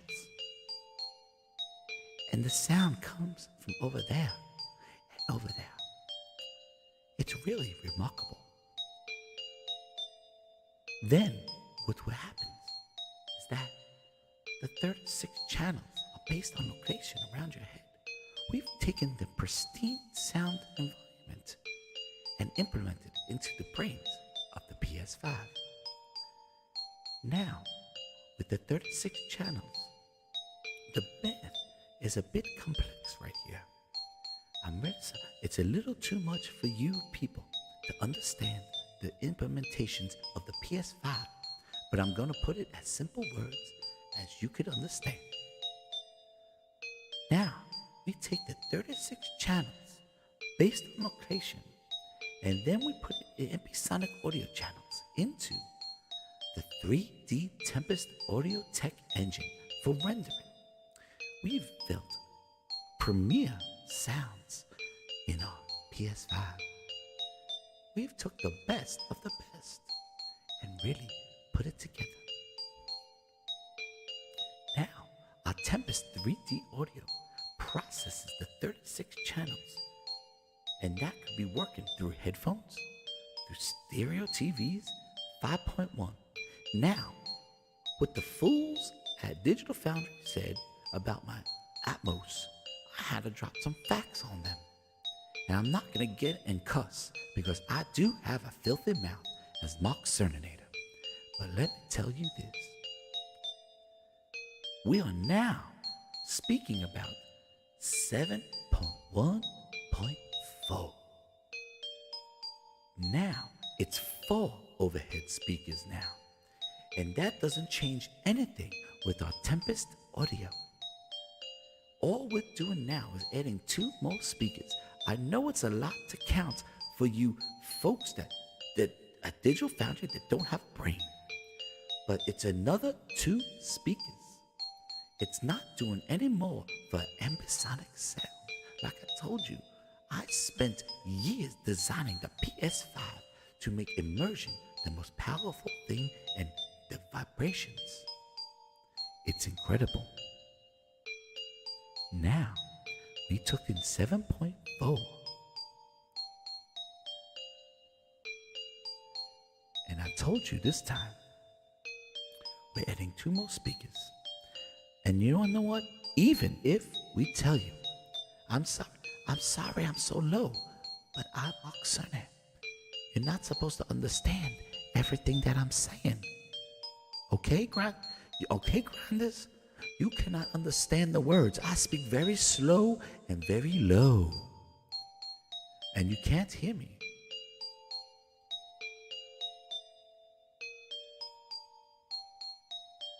Hello? You can't hear me.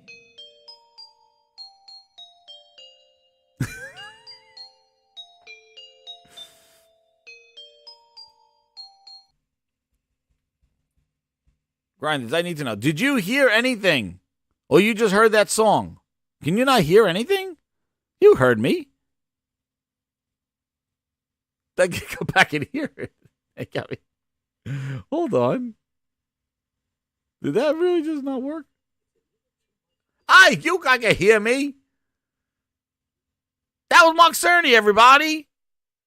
Mark Cerny, thank you again. Don't insult Mark Cerny. Thank you, Mark Cerny, for coming to the Grindhouse. He traveled far and wide. It's my dude. Mark Cerny speaks in a low voice. Just a little bit. Hold on, let me hear. Let me hear him.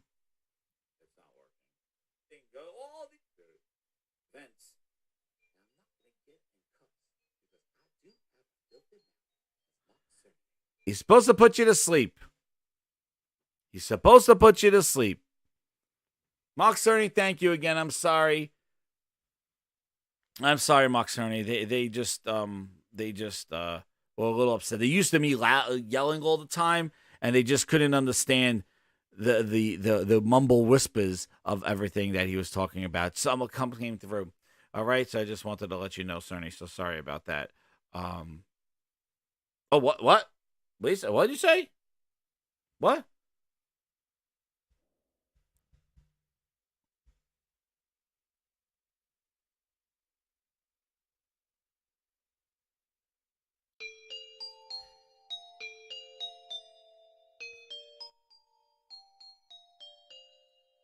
I'm back, bitches. I came back because people tell me you can't hear me. Now I'm pissed off. Now you're gonna hear the loud Cerny because I'm mad. I'm gonna have to cuss now. All right? You told me you couldn't hear me. I was telling you the facts, and you couldn't hear me. Now you're gonna piss Cerny off. Now I'm a pissed off Cerninator. And I'm gonna have to use my screaming voice. Are you ready? Are you ready? Because I'm pissed now. I flew all the way here to talk facts.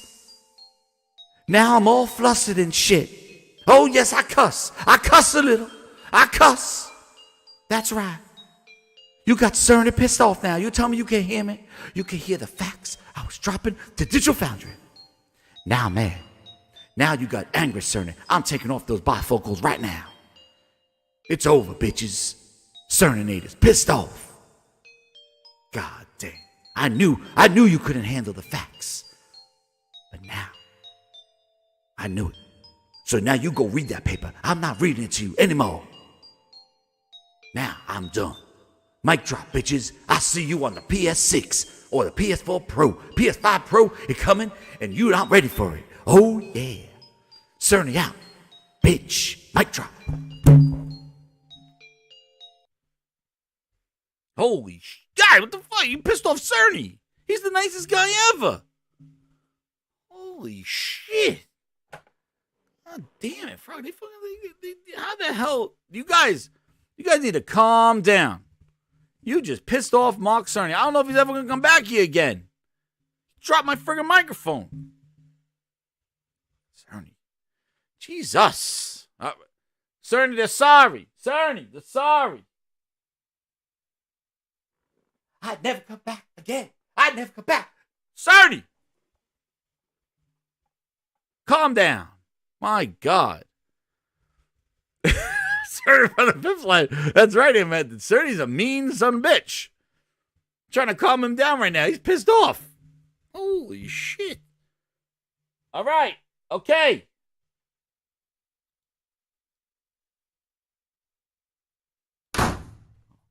Holy shit. He just left. Oh, my God.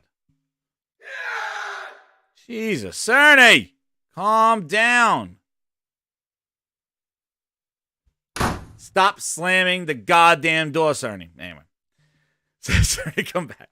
So anyway, Cerny came in here. He dropped the facts here with the whole, this Tempest audio stuff is that it's still there. It's just going to implement and add an extra 2 speakers up top. So what's interesting is that Cerny came in here with the facts to Digital Foundry to help them, and they actually looked into this Dolby Atmos stuff, right?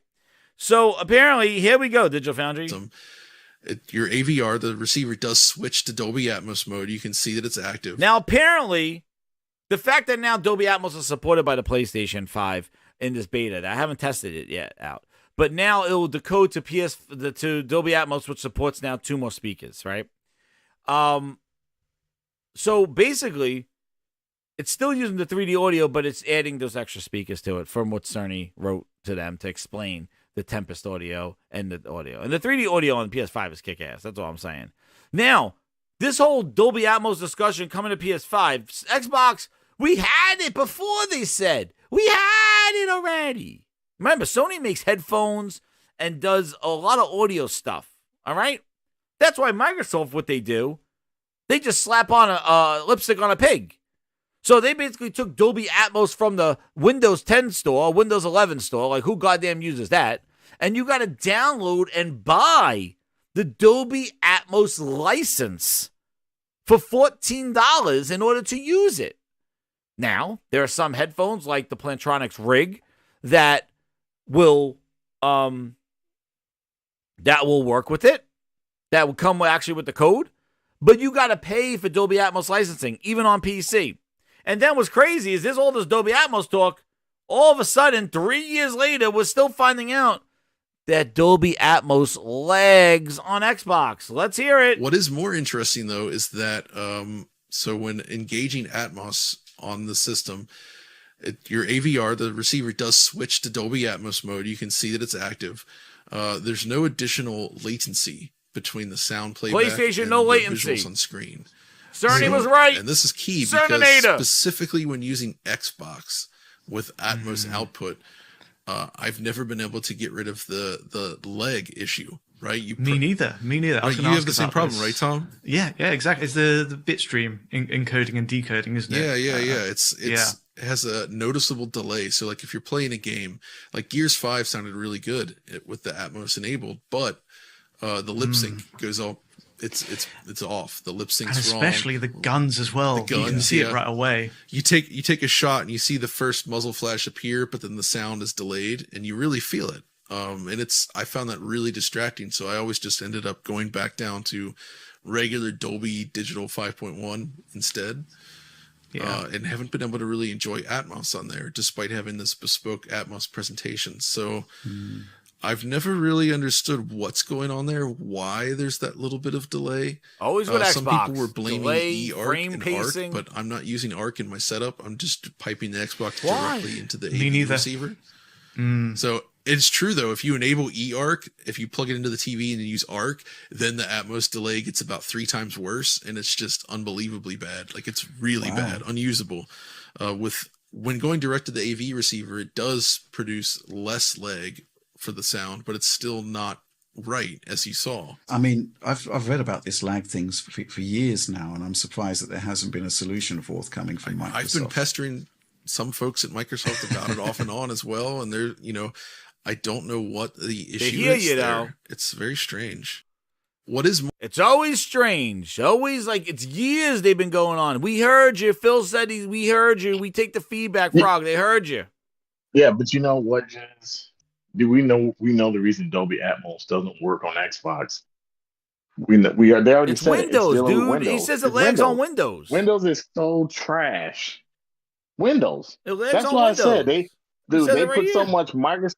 They put so much Microsoft and Xbox, not enough Xbox back in there. That's why we're having the problems we're having. And they just slap on Dolby Atmos, Frog. They don't implement Yeah. it. They don't ingrain it into their operating system. They just say, "Oh, Dolby Atmos license, yeah, Dolby Atmos, slap it on Windows." Look, we know Let 'em pay for it.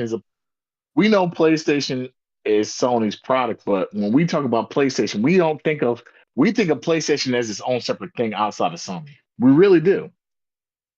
I know. Ah, But the thing man, is I don't like this is understand it. Microsoft again slapping lipstick on a pig.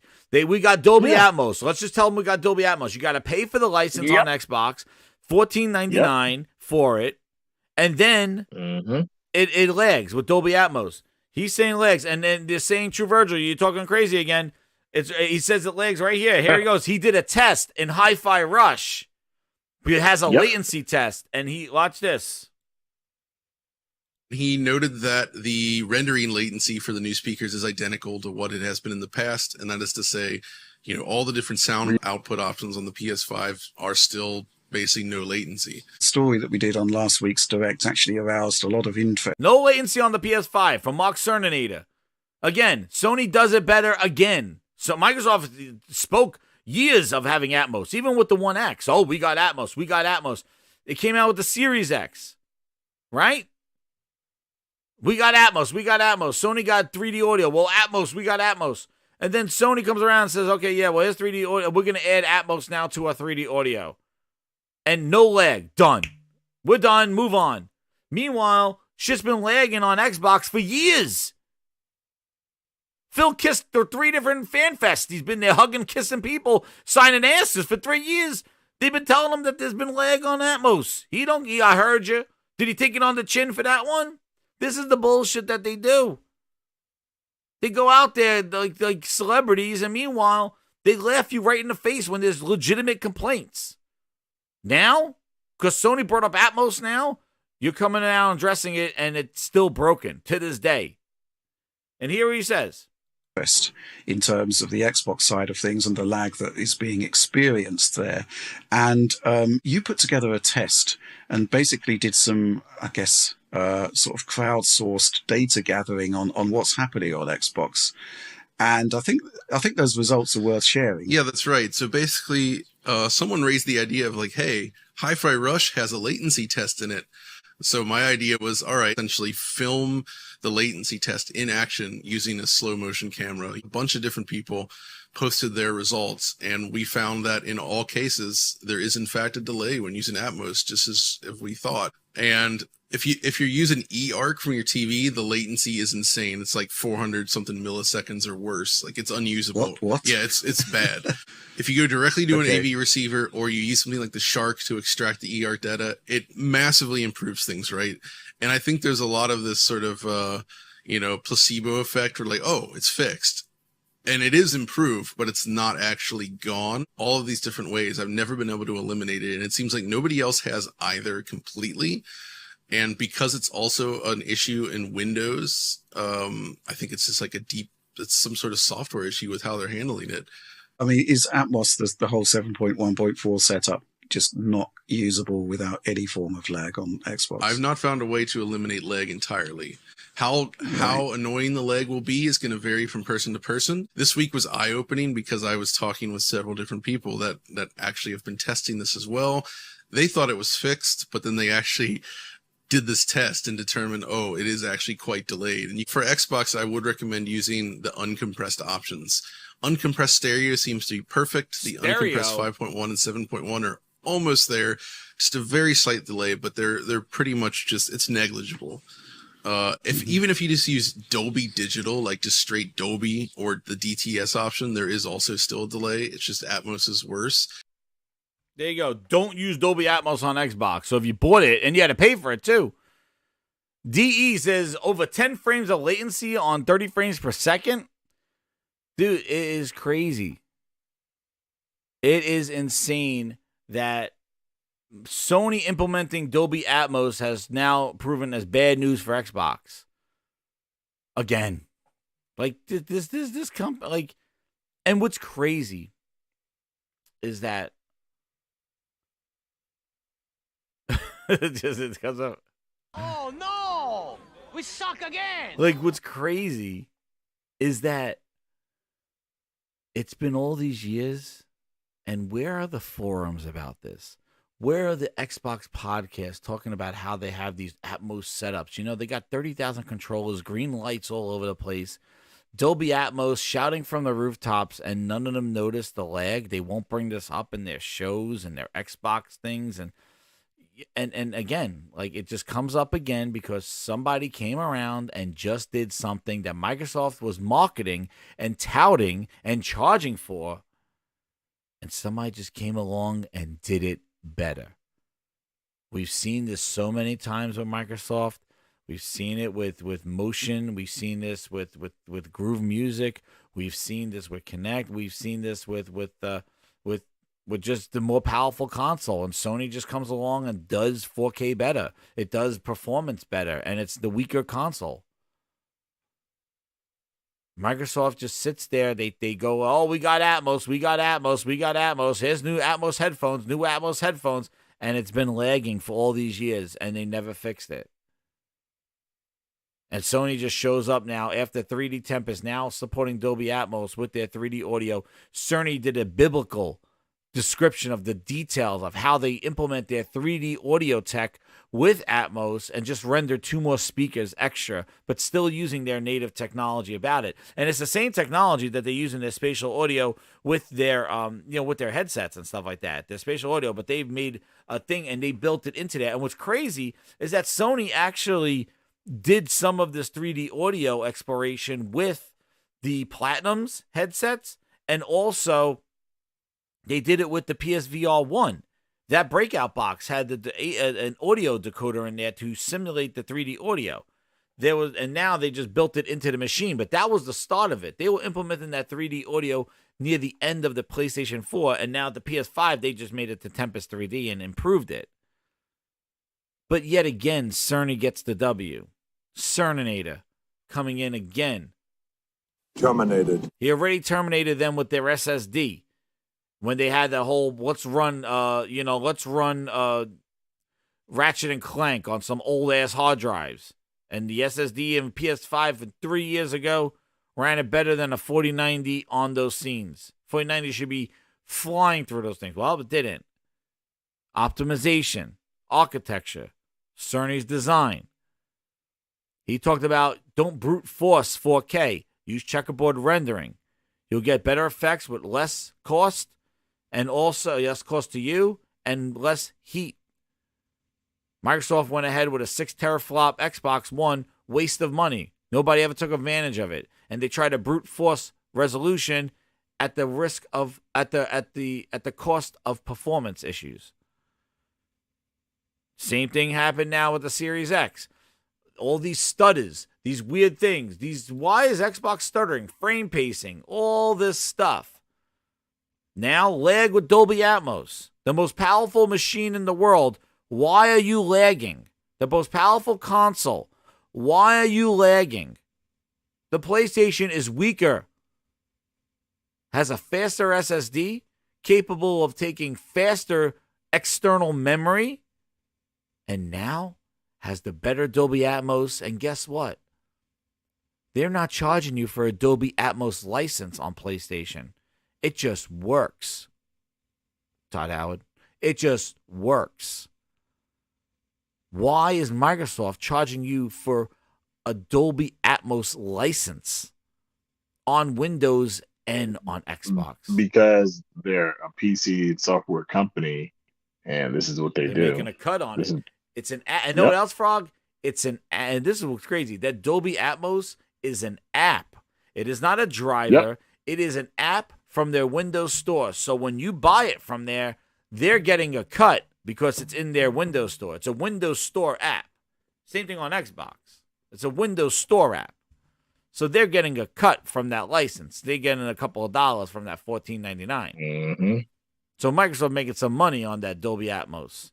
And there's some headsets that it includes. And actually, I've had some. There on PC, there's a lot of finesse going on. So Corsair, for example, if you use Corsair headset and you plug it into a Windows computer, it'll implement Dolby Atmos. But if you use another headset, you don't have the license. It only works with that headset. The Dolby Atmos works with the Dolby Atmos headset. Yep. But if you want it across, and if you want it for headphones, you pay. If you want it for speakers, a theater, you pay. Thank you for subscribing, Brooks Andrews. But yeah. And now they charge you on Xbox for it, and it's the worst one. It lags. 3 years in. These are not pre-launch. These are not launch jitters. These are not little, oops, we got whatever your name is, get ready for our the big operating surprise. system. They just updated their UI. It's still lagging. And this is what Sony does. They implement features and they're better. The only thing I can say Microsoft does have advantage with is the Discord stuff right now. But the thing is that you only could share the Discord. You can't share with Xboxes like SharePlay. So they're kind of using Discord to share their video. But again, you got to be in a Discord chat in order to see it, not in an Xbox. So again, it's another reason not to play on the. It's another reason. It's a better feature for somebody who's not using the console. Their Discord implementation, but I do like their Discord implementation over PlayStation's. PlayStation got to get that together. But like that's the only kind of advantage they have right now is the Discord stuff. But really, you know, again, it benefits the people in Discord chat, not necessarily the people that are on the console, because you can't do that on the console. You could only you could broadcast from to your Discord chat, but again, that benefits people in a Discord chat on their phone or on their PC. Right. That don't necessarily benefit an Xbox player unless you want to stream you want to stream there and not to Twitch or anything like that. Where SharePlay, it pops up on the side. It's implemented into the dashboard. It's from PlayStation to PlayStation to PS4. It definitely has more console implementations there. But this whole Dolby Atmos thing, dude, again, this is the thing that the people just don't get. Mark Cerny and the PlayStation 5 are built for games. They're not built for the cloud. They're not built for Phil Spencer. They're not built for the guy with the beard.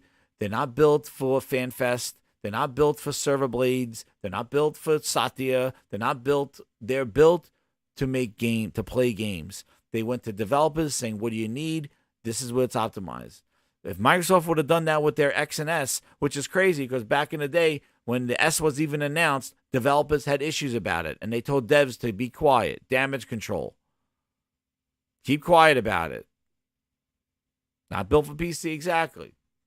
The PlayStation 5 is optimized. Power is another talk. Optimized to play games and run games better and to have them sound, look, and play better. Same thing with the controller. The controller is optimized. Their 3D audio is implemented from sound. They send sound signals. I remember when people saying the adaptive triggers in the 3D audio was only going to be from first party. Frog, remember? Yep. I remember Only that. first party was going to use the triggers. No, this is not Xbox. Sony makes it easy for the devs to do this. And actually, development, you see developers promoting the DualSense features in their marketing. They thought that it was only going to be first-party games to use. No, this is not Xbox. That's what you get from Xbox because nobody wants to work with them. Hence why they're buying whole-ass publishers. Nobody wants to work with Microsoft because they have a track record for just dropping shit and wasting developers' time. Windows Store, example. Kinect, another example. Zune, another example. Windows Phone, another example. Nobody wants to waste their time. UWP, another example. I remember when nobody wants to waste their time on that. Bootleg Jez hyping up UWP. You make one app, it works everywhere. Oh my God, this is what they're saying. This is the future. One app, and then you can put it on the tablet. You can put it on the phone. It'll bring more games to Xbox. They shut that shit down 2 years later. Mixer, another one. Look what they did to those people. Everybody moved their channels over to Mixer. They were paying stuff. They said, hey, we're serious. We bought Ninja. We bought Shroud. We're serious about streaming. Shut it down 6 months later. Nokia. We're serious about making phones, Evil, right? We bought Nokia. We're serious about the phone industry. We're serious. We bought Nokia. Shut it down. You don't think developers see that stuff? Hence why they had to abandon that Windows 10 store. Nobody wanted to put games in there. Nobody wanted to do shit in there. They had to put their stuff to Steam because they put Sea of Thieves in the Windows Store. Nobody bought it there. Put it on Steam. Yeah, people buy it because you're going to where the gamers are. Nobody's coming to your Windows 10 store for that trash. Still sucks to this day. That Xbox app sucks. Doesn't download games. Can't use external memories. It blows. And Neo, they're gonna kill Activision, Bethesda too. You tell me Bethesda right now. We just complained about how Starfield marketing is. Bethesda's better under Microsoft right now. Game Night just showed facts that when Fallout was falling out, they were promoting the hell out of that game going gold and everything like that. Right now, Starfield's in hiding. You can't say if you're playing it or not because who knows why. What's the secret? Game comes out in 3 weeks, 2 weeks. It's got to be a game of the generation. Well, that's nice. What are you gonna make sure only the select people like Paris and the people that are going to give it high review scores, they're the probably ones playing it. And that's probably why they're not going to tell you. Because they're probably going to get shares. That's why. Exactly, Frog. That's exactly why Starfield, they're not telling you who's playing it right now. Because you'll see Bootleg Jez. You'll have all these influencers probably touch. You'll see all these people that are going to give it a 5 out of 5, a 10 out of 10. They're the ones that are reviewing it right now. All the ones that are going to hate on it, those are the ones that are getting it later. So they're going to fluff up those scores nice. On the first, you'll see review scores drop from all the Xbox The Ocho, Xbox Mondo, Stevias, all the 10s out of 10s, game of the generation. Yeah. Game of the generation. Yeah, and then the real reviews come out. Just like they fluffed up the Halo reviews. Oh, they told us already shit's going to miss at launch. 8 out of 10, 9 out of 10. Just because they told you they're going to kick you in the nuts doesn't mean that it feels better. Just because they told you all the shit's going to be missing, why are they getting 9s? You should review it for the content that you're reviewing. The shit's missing, lower score. Co-op's not there, lower score. Lack of maps, lower score. Oh, we promise we'll send more maps. I'm not reviewing based on promises. I'm reviewing based on what I played. No co-op, 7 out of 10. No drop-in replay missions, 7 out of 10. 6 out of 10. No epic. That's what you review. Oh, but they told us it's going to come in Season 2. I'll give them a 9. Oh, 9? Just to like the same group The same ragtag group they sent out to play Redfall. Previews, game of the year. Are we forgetting? Redfall game of the year contender. What happened to that? Remember all those previews? What did they play? Yeah. Redfall, serious game of the year contender. Remember all of them. Redfall, the final preview, IGN first. Remember IGN first? Those IGN fools. That's what it turned out to be.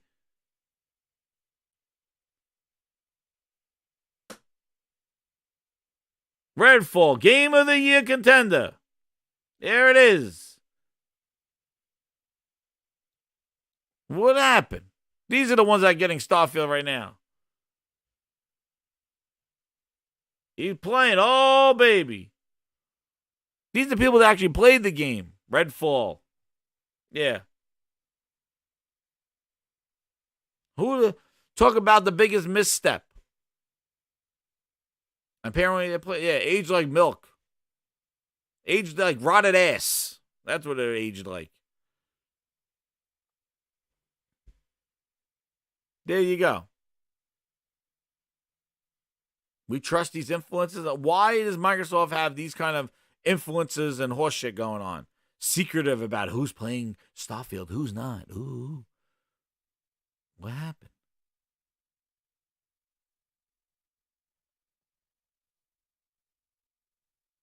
But everything that they do is secretive. Shout out from the rooftop. We have Dolby Atmos. It's the worst Dolby Atmos on console. This is what they do. And they feed the beast. Paris, they you don't think that, hey, Phil Spencer came on XCast. He gave us like a lot of views. He came on exclusively on the time. He took it on the chin and in the mouth, whatever, pause. He took it on the chin. Phil Spencer he came on our show. He was humble. He took it on the chin. You heard Paris in that thing? Oh, we're going to review it. Oh, it has to be a 5. Oh, you're going to make sure it has to be a 5, right? You're already telling me it's going to have bugs. As long as they're not cyberpunk bugs, you're okay. Should the reviewer be saying that stuff in public before he's the lead reviewer of the game? It sounds like you're damage controlling it. And why are people reaching out to you saying that it's huge? It's great. You're making excuses because it's so big. You're the lead reviewer.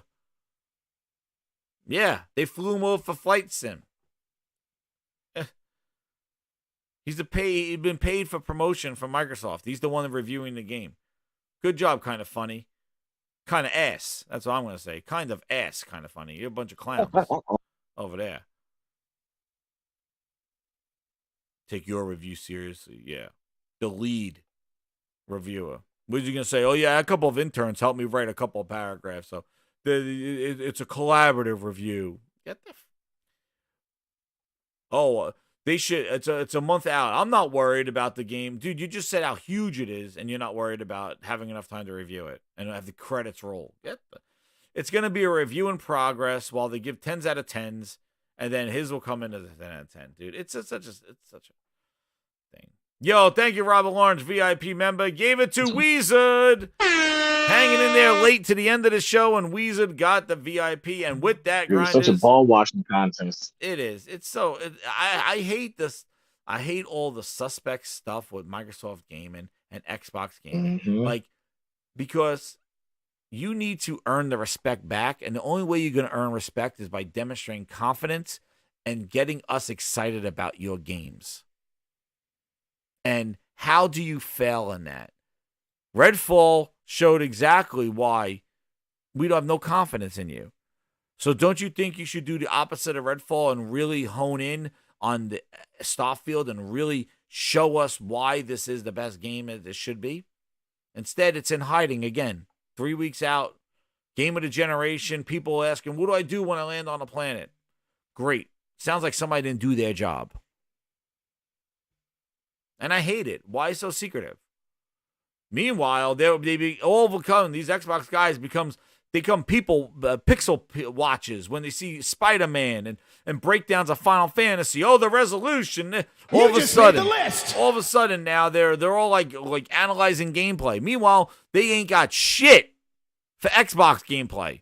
Oh, I saw enough. Todd Howard showed me his hair. I saw his jacket. I'm good. He showed me a spaceship and a guy walking off staring into the distance. He's good. Well, I'm good. I'm happy, hyped. Meanwhile, they show trails upon trails of these Sony games, and everyone's like, "Oh, it's downgraded." Downgraded. We don't even see enough of your game to even know if it's downgraded or not. You don't find out till after you buy an Xbox game that has been downgraded, and then Phil has to come out with the apologies and I'm sorries. It's too late then. But whatever. I just hate the shadiness of it. It's disrespectful to us as gamers. Just show us a great game. If it's a great game, show it. Starfield's great. Let's go play it. Move on. Next game. But all this PR, shady shit, and it needs to be this. Dude, if it needs to be this, then you should be the first person on Twitter screaming about it. And I love how nobody has talked about Dolby Atmos issues on Xbox. They promoted the shit out of it. They talk about Atmos is on Xbox. Even when they launched it, but nobody talked about it. We hear you exactly. Coming in hot, Ryan. That's right, it's coming in hot. Spooky Starfield. No puddles, right? Xbox puddles. Loading screens. And that too. Like, I was watching some of the video and stuff. Dude, those loading screens really take out the immersion. Like, it's really just like clicking on menus and stuff like that. Like, like No Man's Sky is so like natural. Like, you fly into the planet through the atmosphere, you land where you see a thing you want to land on it. This is clicking on just a planet of menus and just clicking somewhere. Like, and then it just renders there's no rendering from space. You click on the planet, you land there, and it says, okay, this place has this terrain, this stuff, go. So like, every time you land on the planet, it's going to be different, unless I guess it saves a spot. I have no clue. But it's not like you're seeing things out of the sky and it's rendered in space. It's not. It gets rendered when you land after the load screen. Yep. And then what does it do? It drops a little pirate thing, shoots some pirates. Like, I don't know, collect some resources. The hell knows. Maybe this game will end up like Sea of Thieves, where people it's getting talked about every freaking couple of years. But Frog, it's like, the thing is like, it's just all about how big the game is. But it's like, just because it's vast doesn't mean that it's entertaining. It doesn't mean that it's engaging. I'm not gonna lie, like, I think I'm more interested in it just because what became before it. You know, the Fallout and the Elder Scrolls and all that. But Frog, those games were very structured, though. They were very. Yes. They had some they had memorable. Skyrim. They had memorable lands, memorable characters, memorable locations, memorable like scenes fighting dragons and stuff like that. Like, they had very memorable scripted, some unscripted, but very same thing with Fallout. But you know what it also says, Jazz? It also, you look at something like and I want this game to be successful, because I do want to play it if it's successful, regardless. But when you look at games like, for instance, like Spider-Man, and just the things that PlayStation can do with the PlayStation, the LeBron James cover, the God of War freaking controller, like, when they do things, it's top tier, it's top notch, and that stuff sells out quick. Not just because it's PlayStation, but because it says quality. Yeah. It's something about it that people just say, man, this is quality, this is what I want. What Xbox used to do, in that, like I said, we always go back to that 360 generation. I don't think they'll ever be that again. I think that their way of, not this regime and the way they think, they'll never be that again. I don't think they can even really attempt to really do that. It's because their whole thought process, how they do things, is different. Yep. It's really different. Yeah, and I always said, like, one of the strangest things with this Game Pass stuff is that maybe by keeping people like that XCast guy, like, questioning, like, what do I do? How do I do this? It kind of makes them more engaged to try the game out in Game Pass than to just straight up outright buy it. Like, they're not mocking the game to say, I gotta buy this game, this is a must-have. Instead, you leave uncertainty out there. So a lot of people are more willing to like, hey, I don't know if I'm going to like it or not. Let me explore. And then they click on the app and let me get it through Game Pass to try it out. You know what I mean? Because if they kind of showed you everything and make it a must buy, it kind of deters people getting it in Game Pass. And meanwhile, right. And that's why Sony's selling you a $70 game. Like, you got to buy Spider-Man. Like, yeah, it's the only way it's offered. But the thing is, if Spider-Man was, if you were uncertain about a game, I'm going to try it out. I don't know if I'm going to like this. I like Fallout, but I don't know too much about this. And let me try it in Game Pass. Well, there you go. Now the shift happens in Game Pass. So them keeping people in the dark may be benefiting their Game Pass. So I don't know, clue. But with that, we're going to end the show over 3 hours. Yo, we had 390 people in here. Hit that like button. Share it out. Frog, glad you're back. Thank you to Link. Link dropped off when he heard that thing. Cerny, sorry, there was some mic issues with Cerny, but, he's a soft speaker. You did piss him off. Hopefully Cerny will come back, the Cerninator, but he dropped the facts. And the PlayStation's made for play games, and that's why the games just work there, and it's optimized. So that's what Cerny said. Hey, that's pretty funny because my wife really didn't know who Mark Cerny was, and then she heard you talk. She's like, "Who is he? Who is that?" I was like, "Mark Cerny." And then I actually let her listen to Mark Cerny. She started cracking up. She's like, "That's pretty funny." Yeah, that's it, man. Maybe he'll come back. We'll get him back there. We'll see if we can turn up his volume a little bit on there. But he was pissed. Yeah, he slammed the door. Have him at the end of the year do the night before Xbox. Oh man. We got the night before Xbox. Oh man, the holiday, the Grindhouse holiday special is coming. We're on our way to 2,500 grinders. Something special, 2,500. We got a bunch of subscribers tonight, bunch of new members. Thank you for the super chats. Hit that like button. More Grindhouse coming your way. Some shorts, some more Grinds Bites, and the Gaming Grindhouse on Mondays. So Frog, thank you again for coming on. Glad you're back, man. I'm back. We'll be gaming now. Summer's over. It's the gaming season. Ooh, I can't. Ooh, this man. At the end of this month, games. Oh man, I got the VR stuff. I got Mario RPG for the Switch. I want that new Mario, the October game. Dude. Gosh, dude, Mario's coming. Man, there's so many good games. I know we're getting ready to get out of here, but I think that Nintendo, you guys need to figure out how people can stream your games to a platform because, man, people like watching Nintendo games. They really do. They'll snipe your channel down. Yeah. Later, tools. Yeah, they definitely. Yeah. Oh, man, yeah. They don't like you sharing content. But, thank you again. Yeah, Tools, see you, Wizard.